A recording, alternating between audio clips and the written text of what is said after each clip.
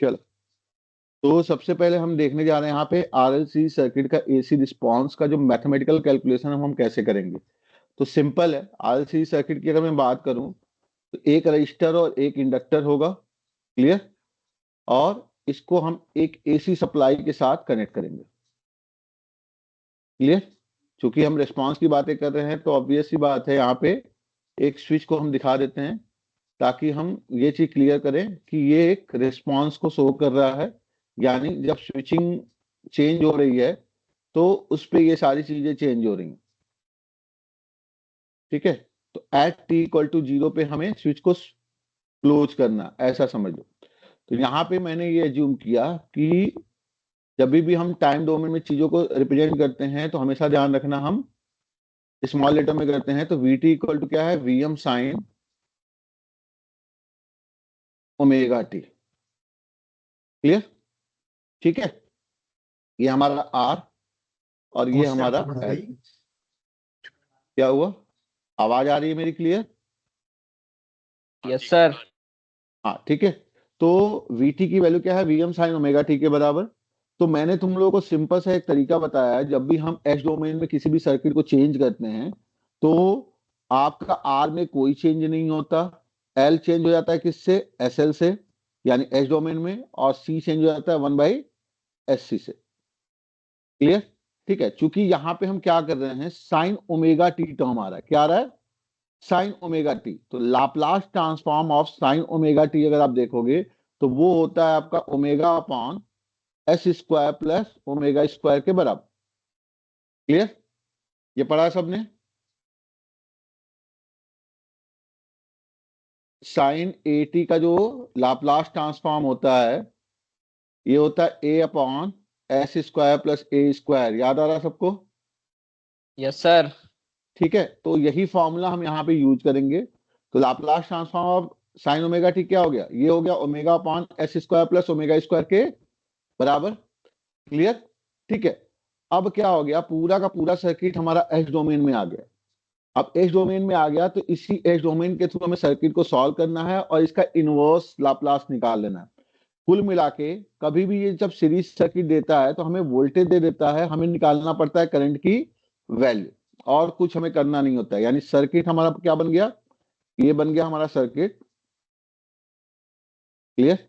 ये हमारा आर का आर रहेगा, ये हमारा क्या हो जाएगा एस एल, और ये हो जाएगा हमारा वी एम, और साइन ओमेगा टी का लाप्लास ट्रांसफॉर्म क्या हो गया, omega upon S square plus omega square के बराबर, क्लियर। और इसकी वजह से हमें करंट क्या मिल गया, आई एस के बराबर मिल गया। तो जब मैं इसमें केवीएल लगाऊंगा तो आई एस की वैल्यू क्या आ जाएगी, आई एस आ जाएगा तुम्हारा, वोल्टेज कितना है हमारा, वोल्टेज हमारा V M into omega upon S square plus omega square, ये हमारा वोल्टेज हो गया। वोल्टेज अपॉन टोटल इंपीडेंस ले लेंगे, यानी क्या है यहाँ पे आर प्लस एस एल के बराबर, क्लियर, ठीक है।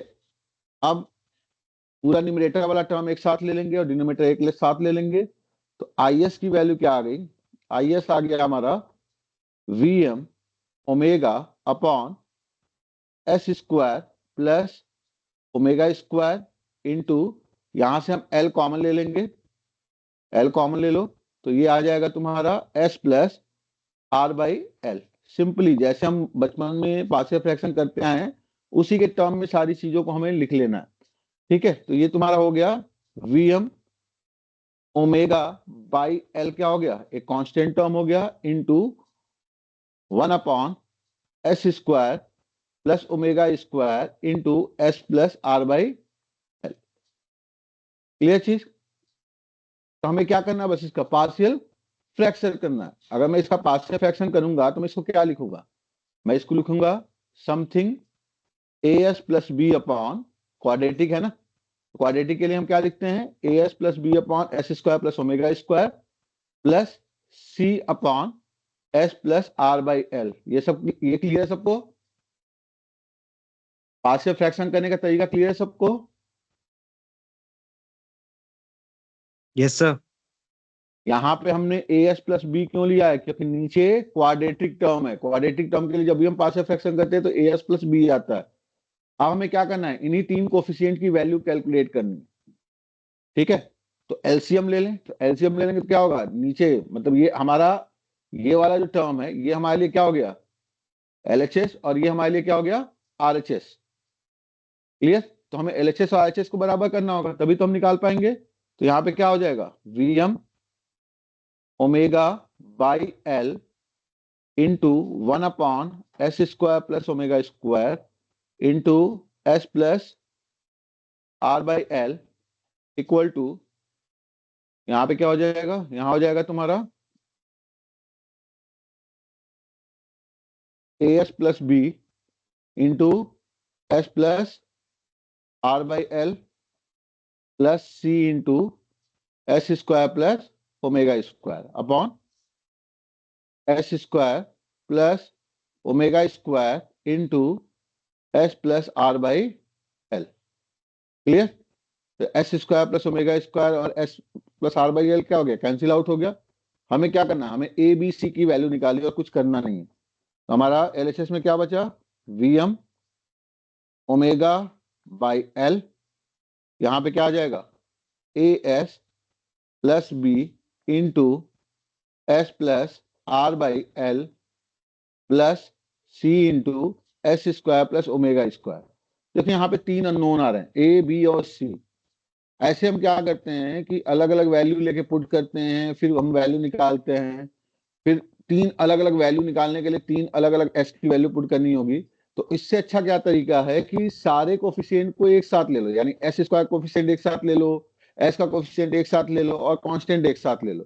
देखो यहाँ पे LHS में क्या है, केवल कांस्टेंट टर्म है, यानी ऑब्वियस सी बात है S² का कोफिशिएंट भी 0 आएगा और S का कोफिशिएंट भी 0 आएगा।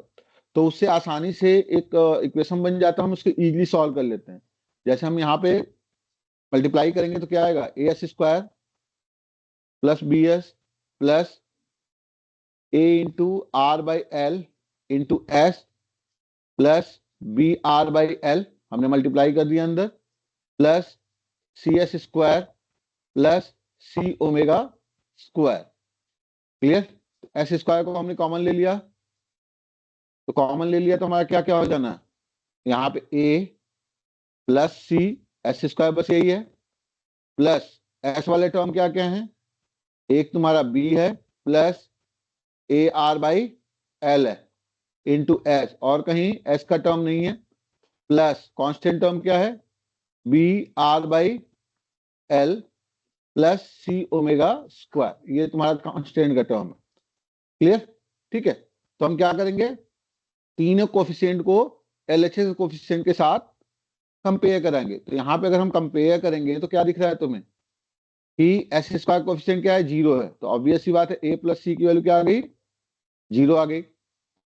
S का कोफिशिएंट क्या है, B plus AR/L equal to क्या है, ये भी 0 हो जाना है। ठीक है, और तीसरा टर्म क्या है हमारा, BR/L plus C omega square must be equal to Vm omega by L हो जाना। क्लियर चीज है सबको? हेलो? Yes sir. ठीक है, अब देखो यहाँ पे ये 3 इक्वेशन बन गए। अभी इसी तीनों के इक्वेशन का यूज करके हमें करना होता है सारी चीजें। देखो यहाँ पे अब इसको कैसे हमें यूज करना है ये हमें आना चाहिए। देखो यहाँ पे अगर हम देखें यहाँ पे तो ये हमारा C है, क्लियर, ये हमारा B है। ठीक है, तो अगर तुम ध्यान से देखो तो C की वैल्यू क्या है, A की वैल्यू को हम -C के बराबर पुट कर सकते हैं। यहाँ से क्या मिलेगा मुझे, A इक्वल टू मिलेगा -C, यहाँ पे वैल्यू पुट कर दूं तो क्या आ जाएगा, B minus CR/L equal to 0, यानी C की वैल्यू आ गई यहाँ से BL/R के बराबर। Clear? CR/L equal to B, तो C की वैल्यू आ गई BL/R के बराबर। क्लियर चीज सबको? या B की वैल्यू क्या आ जाएगी, CR/L के बराबर। ठीक है, अब हम क्या करेंगे, इस B की वैल्यू को यहाँ उठा के पुट कर देंगे, पुट कर दो। ऐसा क्यों कर रहे हैं हम, क्योंकि सारा टर्म क्या आ गया, C के टर्म में आ गया। क्लियर? सारा कुछ क्या हो गया, C के टर्म में आ गया। तो यहाँ पे वैल्यू पुट कर दो तो क्या आ जाएगा, ये इस वाले इक्वेशन में, equation 1, equation 2, equation 3 value put कर दिया हमने, तो हमें क्या मिल गया, C इंटू R/L का स्क्वायर हो जाएगा वो, जब B की वैल्यू पुट करेंगे हम, तो plus C omega square equal to VM omega by L के बराबर। ठीक है, तो ये आ गया तुम्हारा, सी की वैल्यू आ गई, सी कॉमन हो गया, ब्रैकेट में क्या आ गया, आर बाई एल का स्क्वायर प्लस ओमेगा स्क्वायर, ये हो गया तुम्हारा वीएम ओमेगा बाई एल। ठीक है, यहाँ पे हम अगर कॉमन ले लेंगे तो 1/L स्क्वायर कॉमन हो जाएगा। ठीक है, ब्रैकेट में क्या आ जाएगा, R square plus omega L का स्क्वायर। ओमेगा एल क्या होता है, एक्सेल, आया ना, ओमेगा एल क्या होता है, hello. Sir XL yes sir. ठीक है, यहां से देखो एक एल से एक एल कैंसिल आउट हो गया, यहाँ पे क्या आ गया, C into R square plus Excel square equal to V M into omega L. तो सी की वैल्यू आ गई V M omega L upon R square plus Excel square के बराबर। अगर हम देखें सीरीज आरसी सर्किट के लिए तो क्या होगा, मॉड ऑब्जेक्ट के बराबर क्या होगा, under root R square plus Excel square. Clear, और एक्सेल की वैल्यू क्या होगी, ओमेगा एल के बराबर। तो ये हमें क्या दे दिया, सी की वैल्यू, सी की वैल्यू हमें मिल गई V M XL upon Z का स्क्वायर, यानी मॉड ऑफ जेड का स्क्वायर हो गया। लिख सकते हैं हम लोग इसको ऐसे। Yes sir. Yes sir. Clear, ये हमें मिल गया सी। जब सी हमें मिल गया तो ए की वैल्यू क्या हो जाएगी, ए इक्वल टू क्या है, माइनस सी। ए की वैल्यू क्या थी हमारी, माइनस सी के बराबर। तो ये क्या आ जाएगा, minus V M XL upon mod of Z का स्क्वायर। यहाँ पे जेड मॉड ऑफ जेड है, इसको आर प्लस जे एक्सेल मत मानना। और बी की वैल्यू हमारी क्या थी, बी की वैल्यू थी हमारी C into R by L. B की वैल्यू हमारी क्या थी, C into R by L. ठीक है, वैल्यू पुट कर दे अगेन, तो ये क्या हो जाएगा, V M XL upon Z square into R by L के बराबर। तो ऐसे हमने क्या करना है, ए बी और सी की वैल्यू निकाल लेनी है। जैसे ये वैल्यू मिल गई हमें क्या करना है, वैल्यू को बस पुट कर देना। क्लियर, तो यहाँ पे आई एस की वैल्यू आ जाएगी, ए एस प्लस बी था ना हमारा, तो minus V M XL by Z square plus B की value V M XL by Z square into R by L upon S square plus omega square. ठीक है, यहाँ पे एस भी था, प्लस सी की वैल्यू क्या है हमारी, V M XL upon Z square upon S plus R by L. ठीक है, अब देखो अगेन थोड़ा सा हमें मेहनत फिर करना पड़ेगा। यहाँ पे हो जाएगा तुम्हारा माइनस वी एम एक्सएल या plus V M XL by Z को कॉमन ले लो, V M XL by Z square को मैंने यहाँ कॉमन ले लिया, तो यहाँ पे क्या आ जाएगा, यहाँ पे आ जाएगा minus S upon S square plus omega square plus यहाँ पे आ जाएगा R by L upon S square plus omega square. Clear, यहाँ भी क्या होगा, V M XL upon Z square into 1/s plus R by L. ठीक है, अब देखो, अगर अब हमें क्या करना है, आईटी की वैल्यू निकालनी है। हमने स्टैंडर्ड फॉर्म में सब कुछ कर लिया। यहाँ पे स्टैंडर्ड फॉर्म क्यों बोल रहा हूं मैं, देखो यहाँ पे S upon S square plus omega square आ रहा है। क्लियर सबको, हेलो। Yes sir. ठीक है, और यहाँ पे क्या आ रहा है, R by L upon S square plus omega square. अगर मैं यहाँ पे ओमेगा से मल्टीप्लाई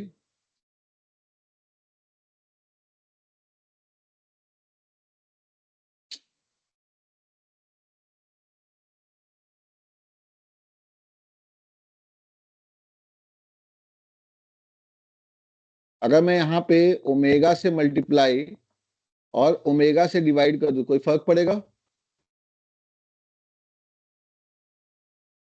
हेलो,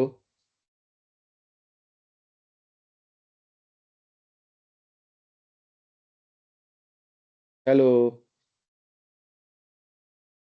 यस सर। कोई फर्क पड़ेगा क्या उस पे? No sir. No sir. हाँ, तो ये क्या हो जाएगा, R by omega L. R by omega L को आर बाई एक्स से लिख सकता हूं मैं, into omega upon S square plus omega square. ऐसा क्यों किया मैंने, कोई बताएगा?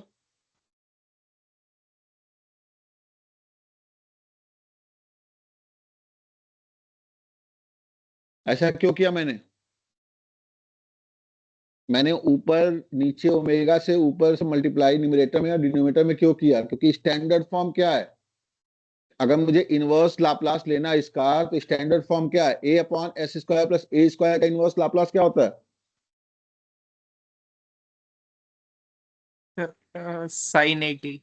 साइन 80। तो वो चीज हमें लाना है, तो इसलिए हमने क्या किया, क्योंकि यहाँ पे ओमेगा स्क्वायर है तो हमें ओमेगा से न्यूमरेटर और डिनोमिनेटर में मल्टीप्लाई करना पड़ेगा, और ये आर बाई एल है तो एल नीचे आएगा तो क्या हो जाएगा, ओमेगा एल। तो ये आर बाई एक्सएल मैंने डायरेक्टली लिख दिया इसको। क्लियर है चीज?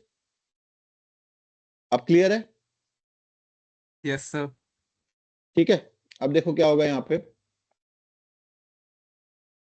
अब लूंगा मैं यहाँ पे inverse Laplace transform. Inverse Laplace transform, तो ये क्या हो जाएगा, I T, clear, V M XL upon mod of Z square, इसका लाप्लास क्या हो जाएगा, minus cos omega T plus R by XL sine omega T plus V M XL by mod of Z square, इसका Laplace क्या हो जाएगा, e power minus R by L into T. Clear चीज?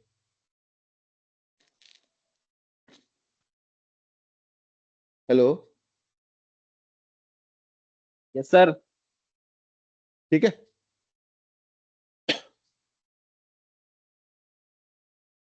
कुछ miss तो नहीं हो रहा?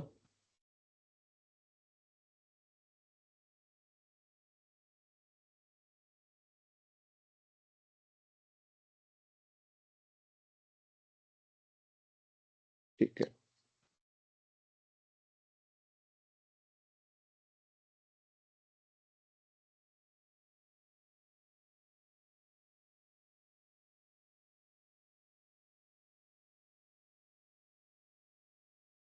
यहाँ पे वैल्यू आ जानी है तुम्हारी आई टी, देखना है यहाँ पे क्या होना है। मैं यहाँ पे वी एम बाई जेड को एज इट इज रख रहा हूँ, ठीक है, और अंदर एक्सएल बाई जेड से मल्टीप्लाई कर रहा हूँ। तो यहाँ पे क्या हो जाएगा, minus XL by Z cos omega T plus XL by Z into R by XL sine omega T plus V M XL upon Z square into E power minus R by L T. ठीक है। Impedance triangle तो सबने पढ़ा है, impedance triangle याद है तुम लोग को, are XL and mod of Z, यही होता है हमारा। Hello, yes sir. Yes sir. ठीक है। मान लो मैंने ये एंगल फाइव मान लिया, तो अगर मैं यहाँ पे देखूं तो साइन फाइव की वैल्यू मुझे क्या दिख रही है, परपेंडिकुलर अपॉन हाइपोटेनस यानी एक्सएल बाई जेड, और कॉस फाइव की वैल्यू क्या दिख रही है हमें, बेस अपॉन हाइपोटेनस यानी आर बाई जेड। यहां ध्यान से देखो तुम, यहां अगर ध्यान से देखोगे तो यहाँ पे एक्सएल बाई जेड है, जिसको मैं क्या लिख सकता हूँ, साइन फाइव, और यहां भी क्या हो जाएगा, यहां भी देखोगे तो सब कैंसिल आउट हो जाएगा, एक्सएल से एक्सएल क्या हो गया, कैंसिल आउट हो गया। तो यहाँ पे क्या दिख रहा है तुम्हें, यहाँ पे दिख रहा है आर बाई जेड। तो मैं इसको एंगल के टर्म में पुट करने जा रहा हूं, और ये बताना मैंने क्यों इसको एंगल के टर्म में पुट किया है, V M by Z minus sine phi cos omega T plus sine omega T into cos phi. कौन बताएगा एंगल के टर्म में क्यों पुट किया मैंने इसको? एनीबॉडी?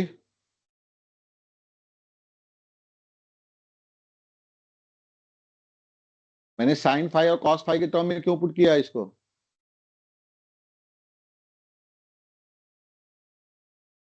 सर ये साइन एक्स माइनस वाई की आइडेंटिटी बन जाएगी। Very good. ये क्या हो जाएगा? साइन ए माइनस बी का फॉर्मूला। तो ये VM by Z sine omega T minus phi आ जाएगा। क्लियर? ठीक है। और ये आ जाएगा plus VM XL by Z square into E power minus R by L T.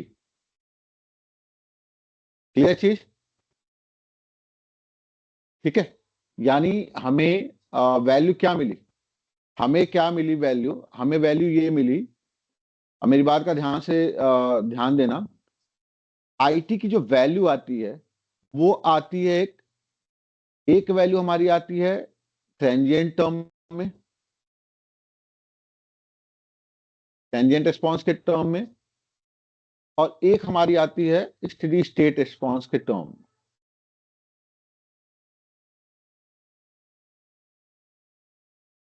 Clear? अगर तुम यहां पे ध्यान देखोगे, ध्यान से दोगे, तो हमने सप्लाई कितनी दी थी? वीएम साइन ओमेगा टी तो दी थी, हाँ या ना? यही दी थी ना हमने? Yes sir. और चूंकि आरएल सर्किट है तो आरएल सर्किट में क्या होता है? करंट लैग करता है। करंट क्या करता है? लैग करता है। और कितने एंगल से लैग करता है? tan phi equal to omega L by R angle से, यानी एक्सएल बाई आर से। इसी एंगल से लैग करता है, क्योंकि इंडक्टर है, इंडक्टर में करंट क्या होता है? लैगिंग होता है। यही होता है ना हमारा? Yes sir. ठीक है। तो ये जो चीज तुमको दिख रहा है ना, ये चीज, ये अगर ध्यान से देखोगे तो ये क्या है? करंट की मैग्नीट्यूड क्या होगी? VM upon mod of Z के बराबर होगी, मैक्सिमम वैल्यू ऑफ करंट। और इसका जो स्टेडी स्टेट रिस्पांस होगा, क्योंकि साइनसोइडल सिग्नल है, तो ये क्या होगा? लैगिंग करंट को शो करेगा, तो sine omega T minus phi आ जाना है। एंगल क्या हुआ? माइनस आ गया। माइनस क्यों आ गया? क्योंकि लैग कर रहा है। लैग का मतलब होता है सिग्नल डिले होना, यानी माइनस होना। तो ये VM by Z sine omega T minus five के स्टेडी स्टेट रिस्पांस को शो करेगा। और एक टर्म आएगा A into E power minus R by L into T, जैसा डीसी रिस्पांस में आता है। क्लियर? ठीक है। और यहां पे ए की वैल्यू क्या निकल के आई थी हमारी? VM XL upon Z square के बराबर। तो ये चीज आप अपने दिमाग में रख सकते हो। क्लियर? ये बेसिक सा कॉन्सेप्ट है, e power minus T upon tau, जहां पे टाउ की वैल्यू एल बाई आर होती है, और ये VM by Z sine omega T minus five के बराबर होता है। तुमने कोई भी फर्स्ट ईयर में भी क्वेश्चन को सॉल्व किया था, स्टेडी स्टेट एनालिसिस जब की थी, तो वहां पे हमने ट्रांजिएंट को लिया ही नहीं था। हमने क्या किया था हमेशा? VM by Z sine omega T minus five, जहां पे फाइव क्या हो रहा है? फाइव ये है कि अगर मेरा वोल्टेज वी है, क्लियर, तो फाइव क्या होगा? इतने एंगल से हमारा करंट लैग कर रहा है, और वो एंगल कितना होगा? इंपिडेंस एंगल से एक्सएल बाई आर के बराबर tan फाइव की वैल्यू। क्लियर चीज? यहाँ पे टाउ की वैल्यू क्या हो जाएगी? टाइम कांस्टेंट की वैल्यू एज यूजुअल, जैसा डीसी रिस्पांस में हमने देखा था, एल बाई आर के बराबर। क्लियर सबको? Yes sir. ठीक है। तो इसमें कुछ है नहीं, घबराने वाली चीज भी नहीं है। मेन क्या है? मेन टास्क है तुम्हारा एबीसी की वैल्यू निकालना। और एबीसी की वैल्यू को निकालते समय ये ध्यान रखना कि हमारा आर एक्सएल, एक्सएल की वैल्यू ओमेगा एल, उसके टर्म में चीजों को पहले से ही रिप्रेजेंट कर दें, ताकि हमें कंफ्यूजन ना हो। उसके बाद मेन टास्क है यहाँ पे, जब हम इनवर्स लाप्लास ट्रांसफॉर्म लेते हैं, तो S upon S square plus omega square हमें साफ साफ दिख रहा है, one upon S plus R by L हमें साफ साफ दिख रहा है, लेकिन omega upon S square plus omega square हमें नहीं दिख रहा था। तो हमने न्यूमरेटर और डिनोमिनेटर में ओमेगा से मल्टीप्लाई किया, उसके बाद सीधे सीधे इक्वेशन निकला। फिर हमने क्या देखा यहाँ पे, क्योंकि करंट की वैल्यू वीएम बाई जेड होती है, तो एक्सएल बाई जेड यहाँ पे एक्स्ट्रा आ रहा है स्टेडी स्टेट केस में। तो उस एक्सएल बाई जेड को हम अंदर ले जाते हैं, तो हम ये देखते हैं कि साइन A माइनस बी का फॉर्मूला क्रिएट होके आ जाता है, और वो कहां से हमें निकालना है? इम्पीडेंस ट्रायंगल से, बस, और कुछ हमें नहीं करना। तो अपने प्रैक्टिस के लिए तुम आरसी को खुद से करना, ऐसे ही आरसी सीरीज सर्किट को खुद से अपने आप करना। वहां पे केवल क्या चेंज आएगा, कोई बताएगा मुझे? अगर मैं इस इक्वेशन की बात करूं, ये वाले, ये जो मैंने अभी तुमको बताया, टेंजेंट रिस्पॉन्स प्लस ये, क्या फर्क आएगा इसमें?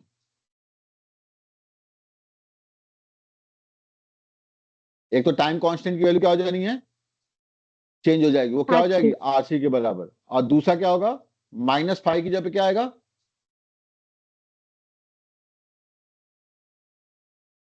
आरसी में करंट क्या होता है? लीडिंग होता है ना। Hello, yes sir. आरसी में करंट लीडिंग होता है, तो -5 की जगह पे क्या आ जाना है? +5 आ जाना है, दैट्स इट, और कुछ नहीं होना।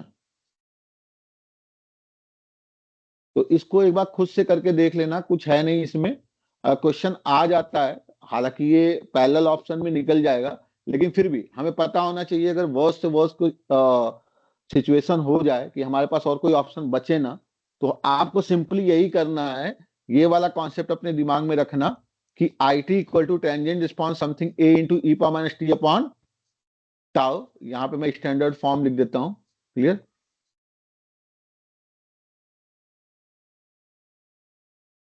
टाउ, और यहाँ पे तुम्हारा +-5, वो डिपेंड करता है किस पे?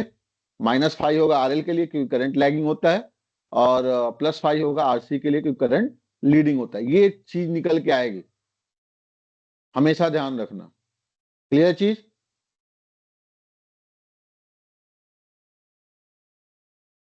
Yes sir.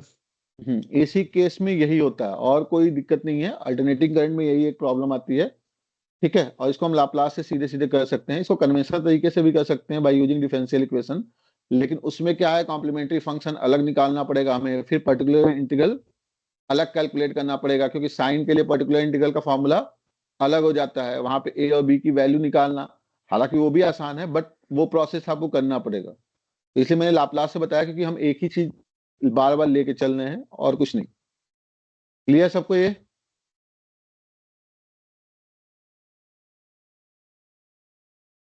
एसी रिस्पॉन्स हो जाएगा।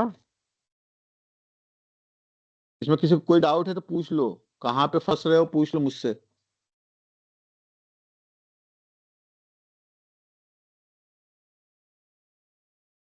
सर एक बार इमेज इम्पीडेंस समझा दीजिए। हाँ, अभी आते हैं, पहले बेटा ये यूनिट 3 वाला कंप्लीट करें, फिर उस पे आते हैं। अभी फिलहाल इसको कंप्लीट करें ना। Okay sir. Hmm. Okay sir. अभी यूनिट 3 क्लियर है सबको? Yes sir. यूनिट 3 पे न्यूमेरिकल Yes, बेस्ड sir. जो क्वेश्चन आते हैं, वो क्वेश्चन मैंने वीडियो दिए थे, ठीक है। और एक लॉजिक पे मैंने क्वेश्चन करने का तरीका तुम लोग को सिखाया था, सिंपल एक लॉजिक पे, मतलब एक फॉर्मूले पे, क्योंकि न्यूमेरिकल है ना, तो न्यूमेरिकल तो हमेशा आपको एक लॉजिक पे करना चाहिए, ठीक है। एक बार फिर से रिवाइज कर ले क्या उसको? Yes, sir.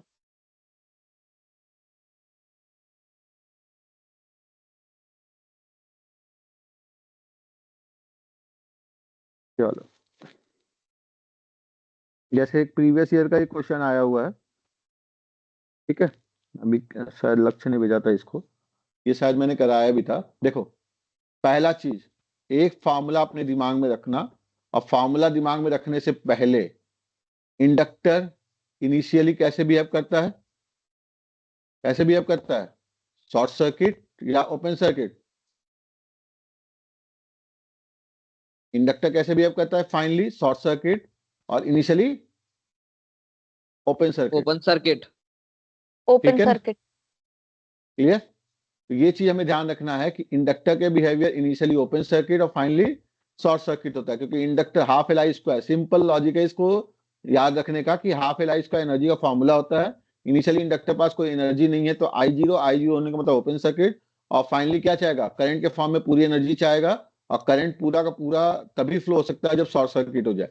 इसी तरीके से कैपेसिटर क्या होना चाहिए? कैपेसिटर का फॉर्मूला क्या होता है एनर्जी का? हाफ सी बी स्क्वायर, यानी सी बी स्क्वायर अगर जीरो हुआ तो वी जीरो होने का मतलब क्या हो गया?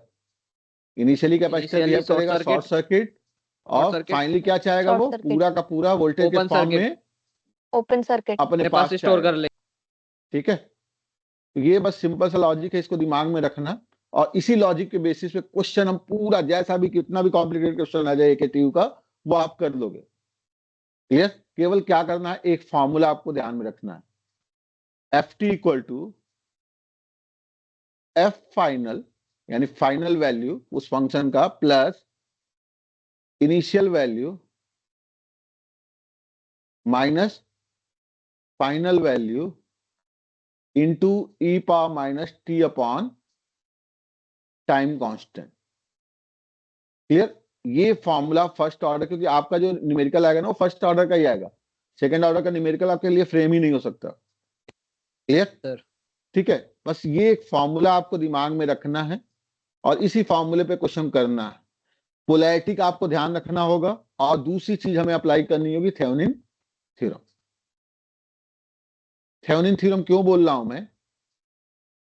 क्योंकि जब भी प्रॉब्लम आएगा ना, प्रॉब्लम में कई सारे रेजिस्टेंस देगा, और केवल या तो एक इंडक्टर दे देगा आपको, या एक कैपेसिटर देगा, और कुछ नहीं देगा, या एक कैपेसिटर देगा। तो इसे आप एज अ लोड कंसीडर करेंगे, और इसे लोड कंसीडर करते हुए बाकी सर्किट को थेवेनिन इक्विवेलेंट सर्किट से रिप्लेस करेंगे। बस यही एक काम करना है आपको, और जैसे ही थेवेनिन इक्विवेलेंट सर्किट से रिप्लेस कर देंगे, आपको आर मालूम हो जाएगा। आर मालूम हो जाएगा तो टाइम कांस्टेंट की वैल्यू RL के लिए L/R, और RC के लिए सिंपली RC होती है। क्लियर? ठीक है, तो एक क्वेश्चन है, वो क्वेश्चन देखो जरा। ये एक 36 वोल्ट का वोल्टेज सोर्स है। ठीक है, यहाँ पे 10 ओम का रजिस्टर, एक स्विच दिया हुआ है, फिर 4 ओम का रजिस्टर, डबल स्विचिंग वाला तो हमने क्वेश्चन बहुत किया है ना। Hello, yes sir. उसके वीडियो तो मैंने भेजे भी हैं, तो वो वीडियो देख लेना। Yes sir. फिलहाल जी ये सर। रिकॉल कराने के लिए क्वेश्चन मैं करा रहा हूं। ठीक है, क्वेश्चन क्या है? एट t इक्वल टू 0 पे स्विच ओपन हो रहा है, तो find the value of IT। हमें IT की वैल्यू बतानी है जब ये स्विच ओपन हो जाए। यानी कहने का मतलब क्या हो गया? स्विच काफी लंबे समय के लिए क्लोज था। स्विच क्या था? काफी लंबे समय के लिए क्लोज था। क्लियर चीज? हेलो, हेलो, आवाज आ रही है मेरी? Yes sir. तो स्विच काफी समय के लिए क्लोज था, तो देखो सर्किट का क्या बन जाता है। ये सर्किट जरूर बनाना चाहिए, चाहे कुछ भी करो, सर्किट जरूर बनाना चाहिए। क्लियर? हम ये मान के चल रहे हैं t इक्वल टू 0 पे स्विच ओपन होने के पहले काफी लंबे समय के लिए क्लोज था, तो क्या मिल गया? Steady state. स्टेडी स्टेट यानी फाइनल स्टेट। इस कंडीशन में इंडक्टर कैसे बिहेव करेगा? शॉर्ट सर्किट की तरह। क्लियर? शॉर्ट सर्किट की तरह यहाँ सर। पे हमें ये IT तो बताना है, और ये IT क्या हो गया? यहाँ पे जो करंट फ्लो करेगा ये I0 माइनस के बराबर होगा, क्योंकि अब हम ये जो देख रहे हैं वो t इक्वल टू 0 माइनस के लिए देख रहे हैं। क्लियर चीज? ठीक है, तो यहाँ पे तो सिंपल सा सर्किट है। हमें क्या करना है? इस I0 माइनस की वैल्यू को कैलकुलेट करना है। तो सिंपली क्या करो, KCL अप्लाई करो, और I0 माइनस की वैल्यू कैलकुलेट कर लो। ये हमारा नोड वोल्टेज V हो जाएगा। क्लियर? तो क्या आ जाएगा? ये 36 माइनस V अपॉन, यहाँ पे मैंने करंट मान लिया I1। ठीक है, यहाँ करंट ले लिया I2, और ये मेरा I0 माइनस है ही। ये हमें निकालना है, हमें और कुछ नहीं निकालना। तो 36 minus V upon 10 equal to V upon 4 plus V upon 4। Clear? तो ये क्या आ जाएगा तुम्हारा? 3.6 minus V by 10 equal to V by 2। ठीक है, तो ये 3.6 इक्वल टू क्या आ जाएगा? 6V by 10.6।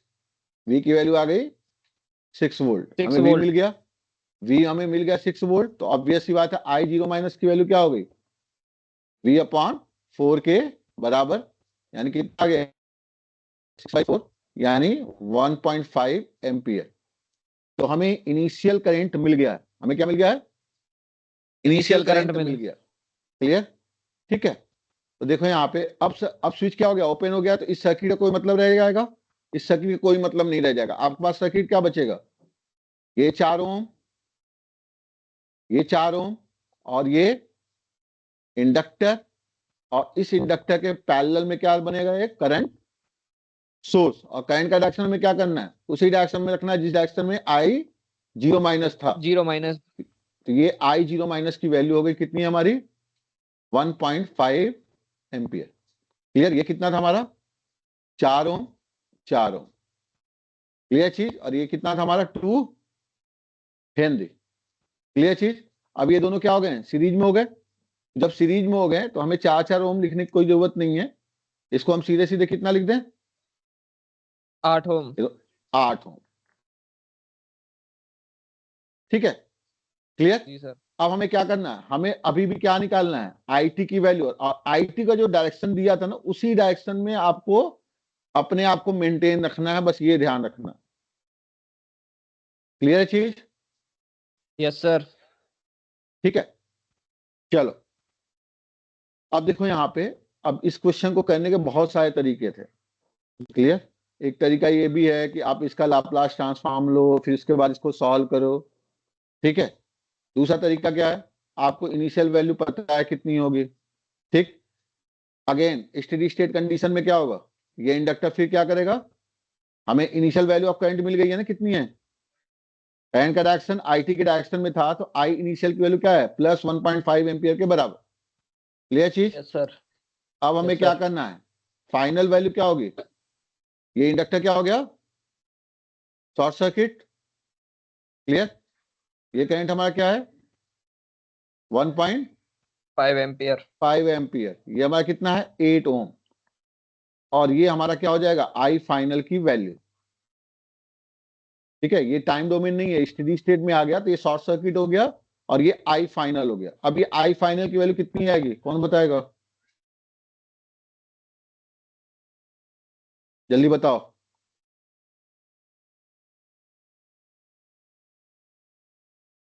आई फाइनल क्या है, इस 8 ओम के थ्रू फ्लो होने वाला करंट है, जल्दी बताओ कितना आएगा।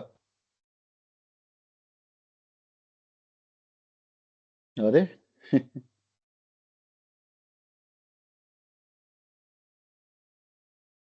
ऐसा मत करो भाई, मान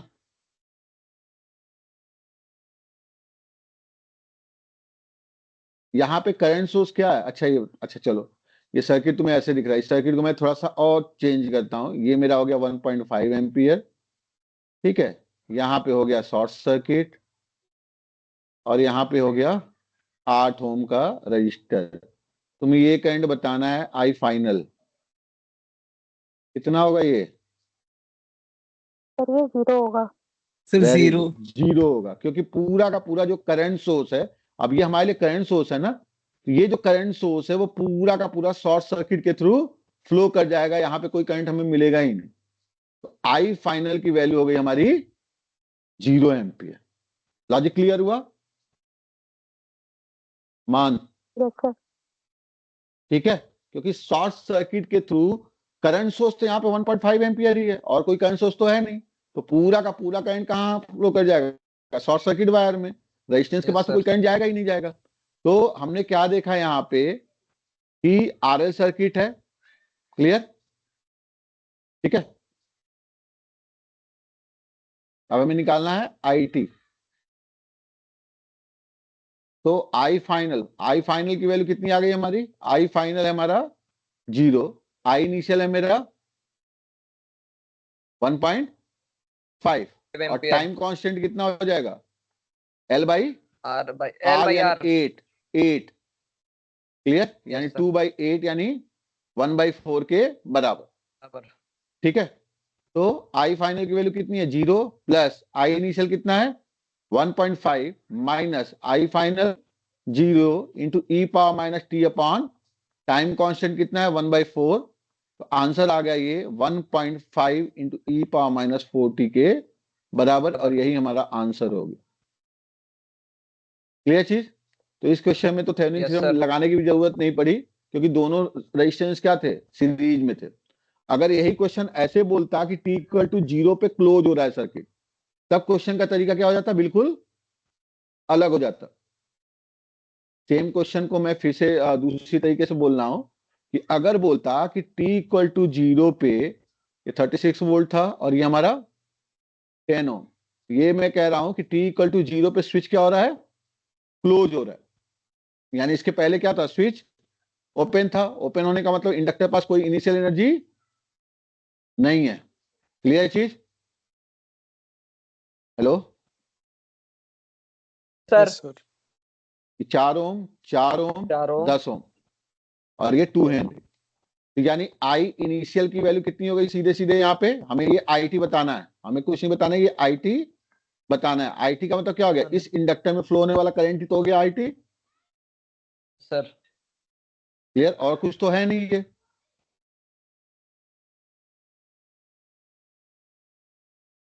क्लियर चीज? Yes, sir. ठीक है, यहाँ पे कुछ गड़बड़ हुआ है क्या? ठीक है ठीक है ठीक है। तो आई इनिशियल की वैल्यू कितनी हो गई हमारी, 0 एम्पियर, क्योंकि इंडक्टर पास कोई एनर्जी नहीं है। अब ये स्विच क्या हो गया, क्लोज हो गया। और जब ये स्विच क्लोज हो गया तो अब हम यहाँ पे लगाएंगे थेवेनिन थ्योरम, क्योंकि हमें क्या चाहिए, सिंपल हम आरएल या आरसी के लिए वो फॉर्मूला अप्लाई कर सकते हैं। तो ये हमारा ए बी क्या हो गया, लोड हो गया। ठीक है, यानी ये 2 हेनरी जो है हमारे लिए क्या हो गया, लोड की तरह हो गया।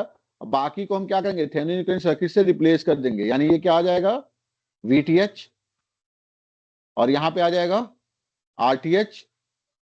क्लियर? ये हमारा ए बी फिर से आ गया।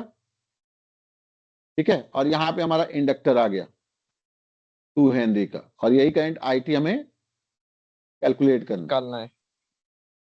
क्लियर चीज? यस सर। ठीक है, तो अब क्या हो जाना है, यहाँ पे आरटीएच की वैल्यू कितनी आ जाएगी,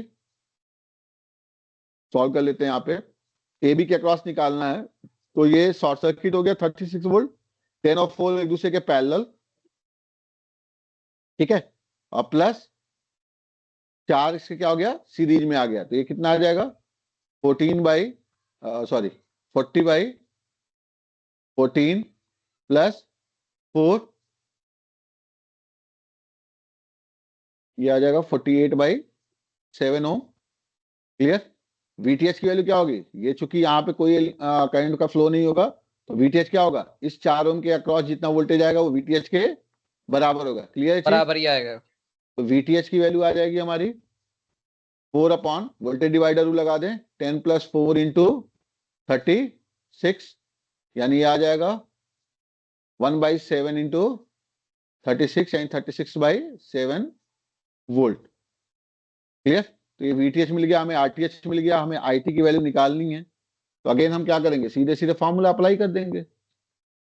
ये तो सिंपल आरएल सीरीज सर्किट ही हो गया ना, यहाँ पे तो सीधे सीधे निकल जाएगा कि आईटी की वैल्यू क्या आ जाएगी, V upon VTH upon RTH into 1 - e⁻t upon time constant, जहां पे टाइम कांस्टेंट की वैल्यू क्या होगी, एल अपॉन आरटीएच के बराबर हो गया। तो ये तो सीरीज सर्किट ही हो गया। क्लियर चीज? तो कभी भी ऐसे कॉम्प्लिकेटेड प्रॉब्लम आए ना, तो हमें ऐसे ही सॉल्व करना। क्लियर चीज? Yes, sir. Hello, yes sir. ठीक है ना? ठीक है, इस चीज का ध्यान रखना आप लोग। और इसमें कुछ पूछना है किसी को?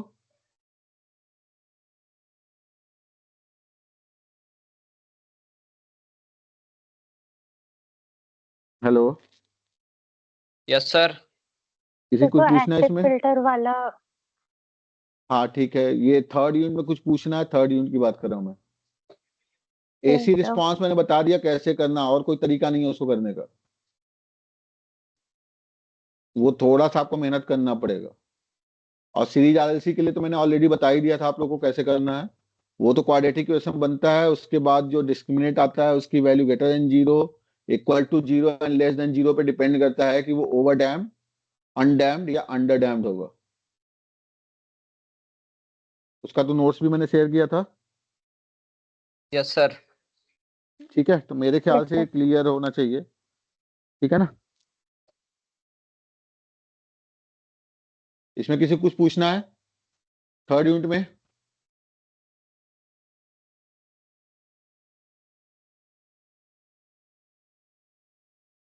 No, sir.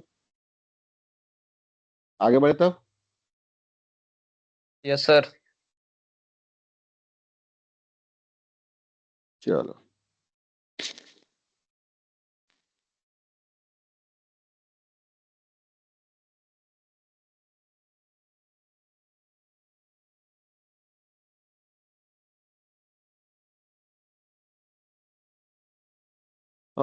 इमेज पैरामीटर, आरोही यही बोल रही थी तुम? Yes, sir. Image impedance. Yes, sir.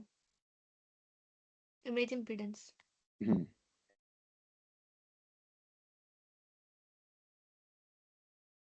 Sir T parameters के संग इसकी सिमेट्री कैसे प्रूव करते हैं वो बता दीजिए। ओके, देखो उसमें तो बहुत टाइम लग जाना है, मैं लॉजिक बताता हूँ, उस लॉजिक से करने की कोशिश करना। Image okay impedance, sir. Okay sir. Image, किसी भी चीज का इमेज से क्या मतलब समझते हो? अगर मान लो मुझे इमेज की बात करनी है, तो इमेज का क्या मतलब होता होगा आरोही, जनरल वे? सर रिफ्लेक्शन मतलब वो कैसा दिख रहा है। हाँ, यही ना। तो यस सर। यहाँ पे भी यही सीन है। क्लियर? जैसे मान लो टू पोर्ट नेटवर्क है, V1, I1, V2 and I2। Clear? तो यस यहाँ सर। पे इमेज इम्पिडेंस का मतलब सिंपल सा ये है कि मान लो मैंने यहाँ पे एक जेडल इम्पिडेंस रखा। क्लियर? ठीक है, ठीक है। यस मान सर। लिया आ, कैसे बताऊं, ZI2 मान लो इसको। ठीक है ना? इमेज इम्पिडेंस के टर्म में मान के चले, आउटपुट पोर्ट है तो ये है। क्लियर? Yes sir. और आउटपुट पोर्ट की तरफ से अगर मैंने देखा, यहाँ पे मैंने एक इम्पिडेंस रखा। क्लियर? और आउटपुट पोर्ट से देखा, ठीक है, ये मान लो मैंने रखा ZI1 और आउटपुट पोर्ट से देखा, तो हमें ऐसे विजुलाइज होगा। तो कहने का मतलब क्या होता है कि अगर मैं आउटपुट पोर्ट से देख रहा हूं तो ये जो ZI1 है, हमें ये ZI1 मिलेगा, और यहाँ पे हमें क्या मिलेगा? ZI2 मिलेगा। ZI2। यानी, हाँ, यानी अगर मैं यहाँ पे इमेज इम्पिडेंस निकालने की कोशिश करता हूं तो इमेज इम्पिडेंस की वैल्यू होगी V1 अपॉन I1 के बराबर without any condition. Yes sir. Clear चीज? ठीक है। हम्म। तो हम इमेज पैरामीटर को ऐसे ही कैलकुलेट करते हैं। अब बात आती है कि इमेज इम्पिडेंस को जेड पैरामीटर से कैसे रिप्रेजेंट करते हैं। तो जनरली जो हम इमेज पैरामीटर लेते हैं ना, वो जेड पैरामीटर से कोरिलेट नहीं करते हैं, एबीसीडी से करते हैं। Yes sir. एबीसीडी से क्यों करते हैं? क्योंकि एबीसीडी में क्या होता है कि V1 in terms of V2 I2 होता है, यानी A V2 minus B I2, और I1 I2 होता है C V2 minus C D V I2 होता है। Minus DI2। यस तो सर। यहाँ पे V1 बाई I1 का रेशियो इजीली निकल जाता है, और यस सर। V2 अपन I2 का भी रेशियो इजीली निकल जाता है। ठीक है? हेलो, हाँ जी सर। हाँ जी आवाज सर। आ रही है मेरी? Yes sir. Yes sir. ठीक है, तो हम यहाँ पे ओपन सर्किट और शॉर्ट सर्किट इम्पिडेंस के टर्म में चीजों को कोरिलेट करते हैं, और उसके बाद हम निकालते हैं कि इसकी वैल्यू उसके टर्म में क्या क्या निकल के आ रही है। Yes sir. ठीक है? जैसे मान लो यार बहुत डिटेल का टॉपिक हो जाएगा ये। इसको तो मैंने पढ़ाने में कितने लेक्चर ले लिए थे मान? 3 लेक्चर गए थे? 4 सर 4। 4 लेक्चर गए थे।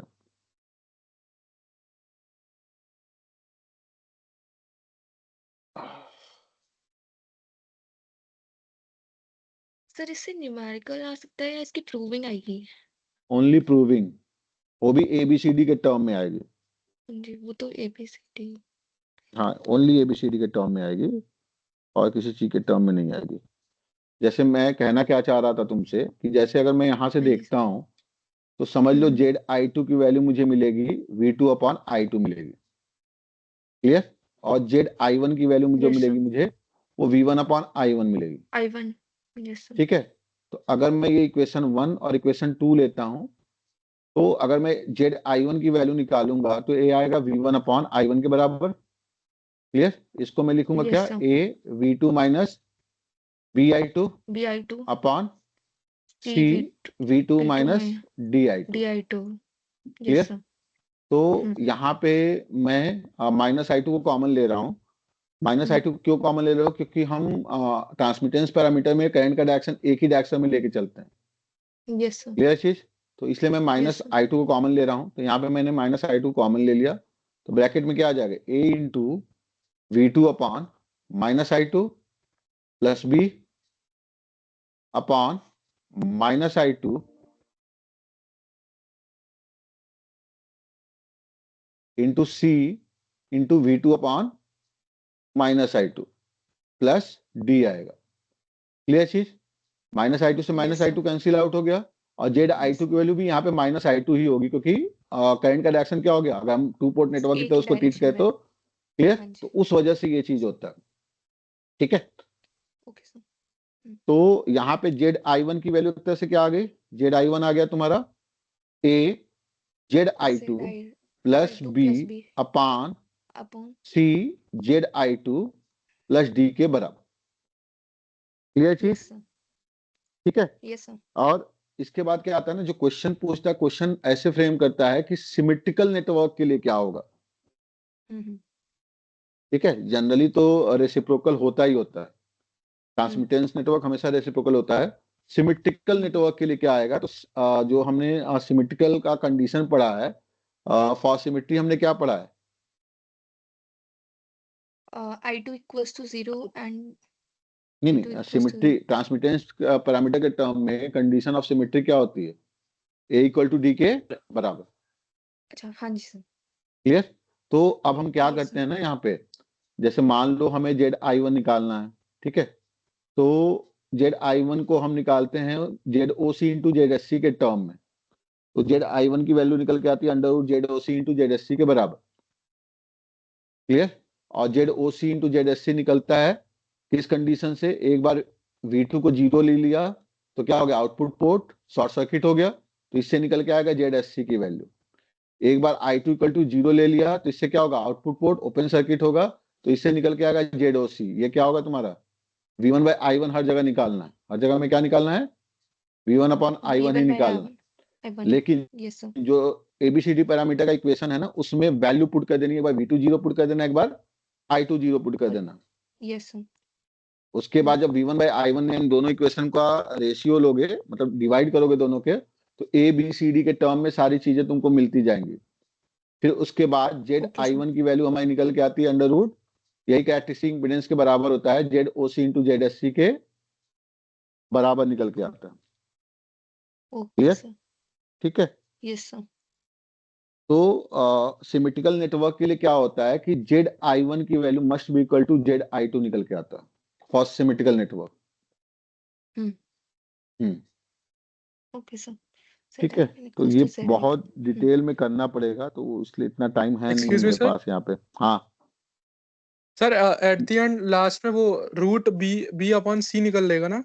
हाँ हाँ, रूट B/C निकल के आता है, अच्छा क्योंकि ठीक है। एक केस में AD/BC आता है और हाँ दूसरे सर। केस में कुछ ऐसे AB/CD सर करके आता है। ZI1 निकाला था AB/CD अंडर हाँ, रूट में और ZI2 AB/CD निकाला और अब BD ZI2 अपॉन निकल के AC आता है अंडर रूट रूट। BD/AC, और हाँ under sir. Condition of symmetry A की वैल्यू D के बराबर होती है, जिसकी वजह से दोनों की वैल्यू सेम आ जाती है। तो ठीक है सर, क्वेश्चन ठीक है। तुमसे पूछता है, ऐसे लहजे में पूछता है, for the symmetrical network prove that, मतलब the image parameter are equal, ऐसे करके, and equal to root B/C या रूट AD/BC जो भी है, तो ये हमें प्रॉपर करना होता है।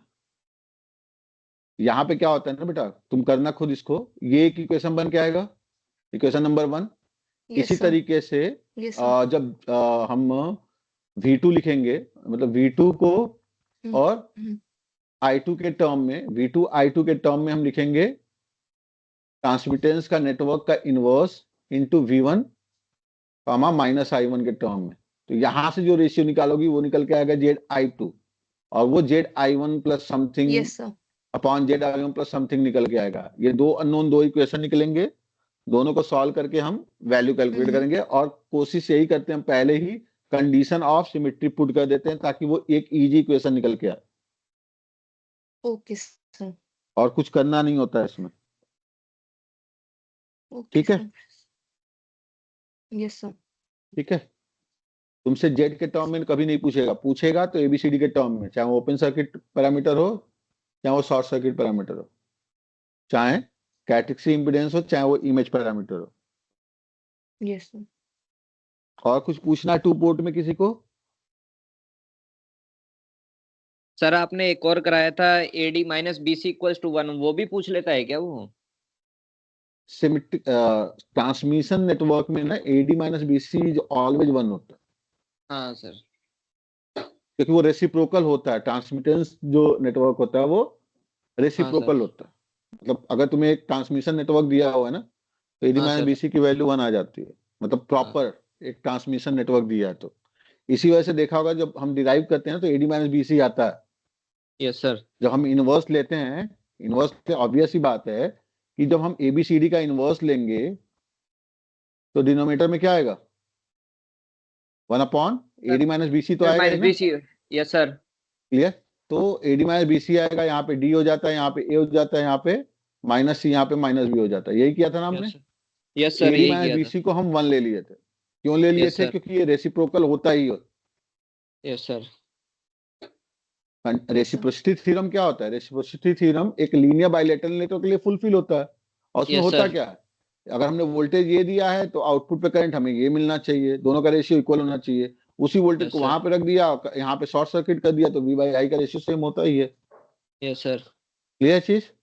यस सर हाँ, तो वहां पे एडी माइनस बीसी को हम 1 लेके चले थे, और रेसिप्रोकल ही होता है वो। जी सर ठीक है आरोही, एक बार इसको बुक से करके देखना, अगर नहीं ओके कोई सर दिक्कत आती है तो फिर मुझसे कॉल करके पूछ लेना कल। सर बस ओके एक और सर PYQ भेजा है सर, एक बार देख लीजिए हाँ, व्हाट्सएप पर। PYQ भेजा है सर व्हाट्सएप पे, एक बार देख लीजिए। पीवाईक्यू क्या होता है जी? Previous year question? जी सर अरे वाह, वाई पैरामीटर निकालना है? हाँ जी सर जी सर अश्विन, जी सर अच्छा। तो तुम लोग डिपेंडेंट जैसे आता है ना, ऐसे ही हाथ पांव फूल जाते हैं तुम लोगों के, नहीं?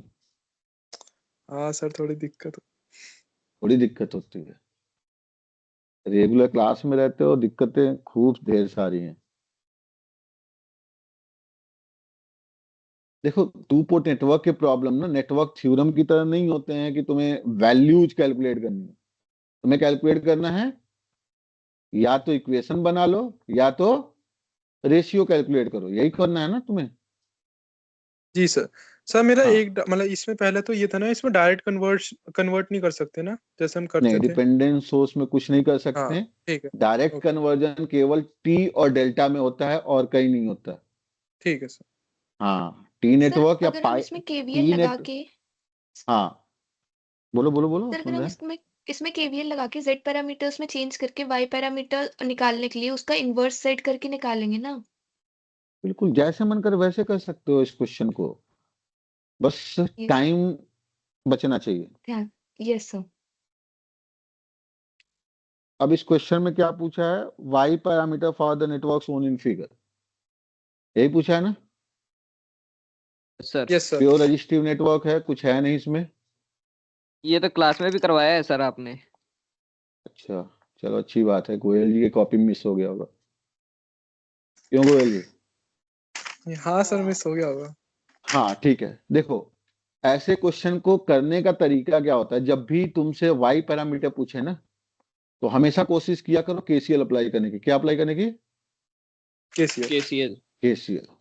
अगर जेड पैरामीटर पूछे तो केवीएल, ऑलवेज। ओके सर ये ठीक है सर मतलब मंत्र है, क्योंकि जब हम लूप एनालिसिस लगाते हैं तो करंट के टर्म में चीजें निकल के आती हैं, जब हम नोडल एनालिसिस लगाते हैं तो नोड वोल्टेज के टर्म में चीजें निकल के आती हैं।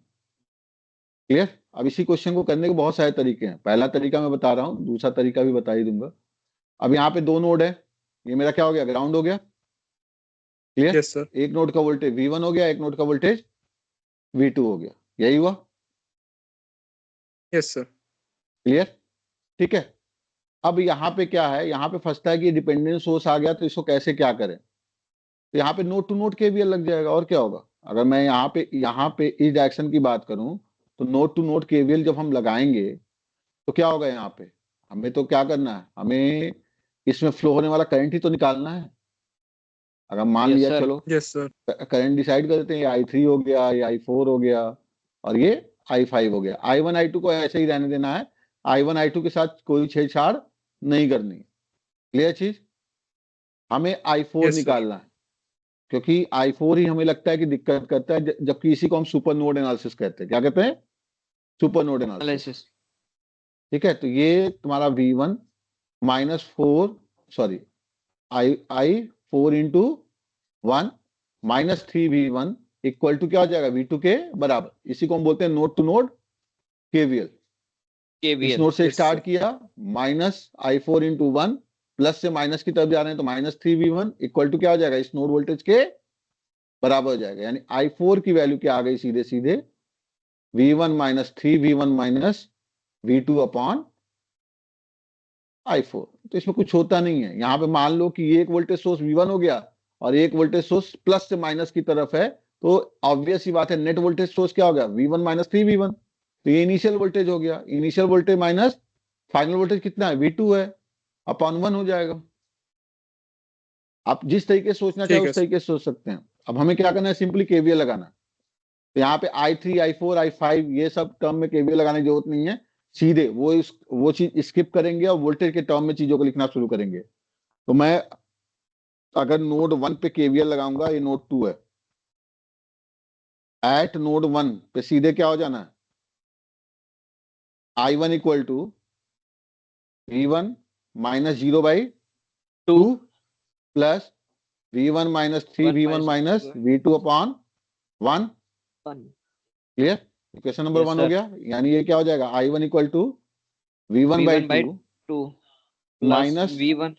Minus 2V1 minus V2। Yes sir. Clear? Yes ये सर। कितना आ गया, ये आ गया तुम्हारा minus minus 3/2 V1 V1 minus V2 V2। I1 की वैल्यू। इक्वेशन नंबर 1 हो गया ये। क्लियर? इसी तरह से नोड 2 पे केवीएल लगाएं तो क्या, केसीएल लगाएं तो क्या हो जाएगा, ये हो जाएगा I2 plus V1 minus 3V1 minus V2 upon 1 equal to V2 upon V2 minus 0 upon 1.5 ही है ना।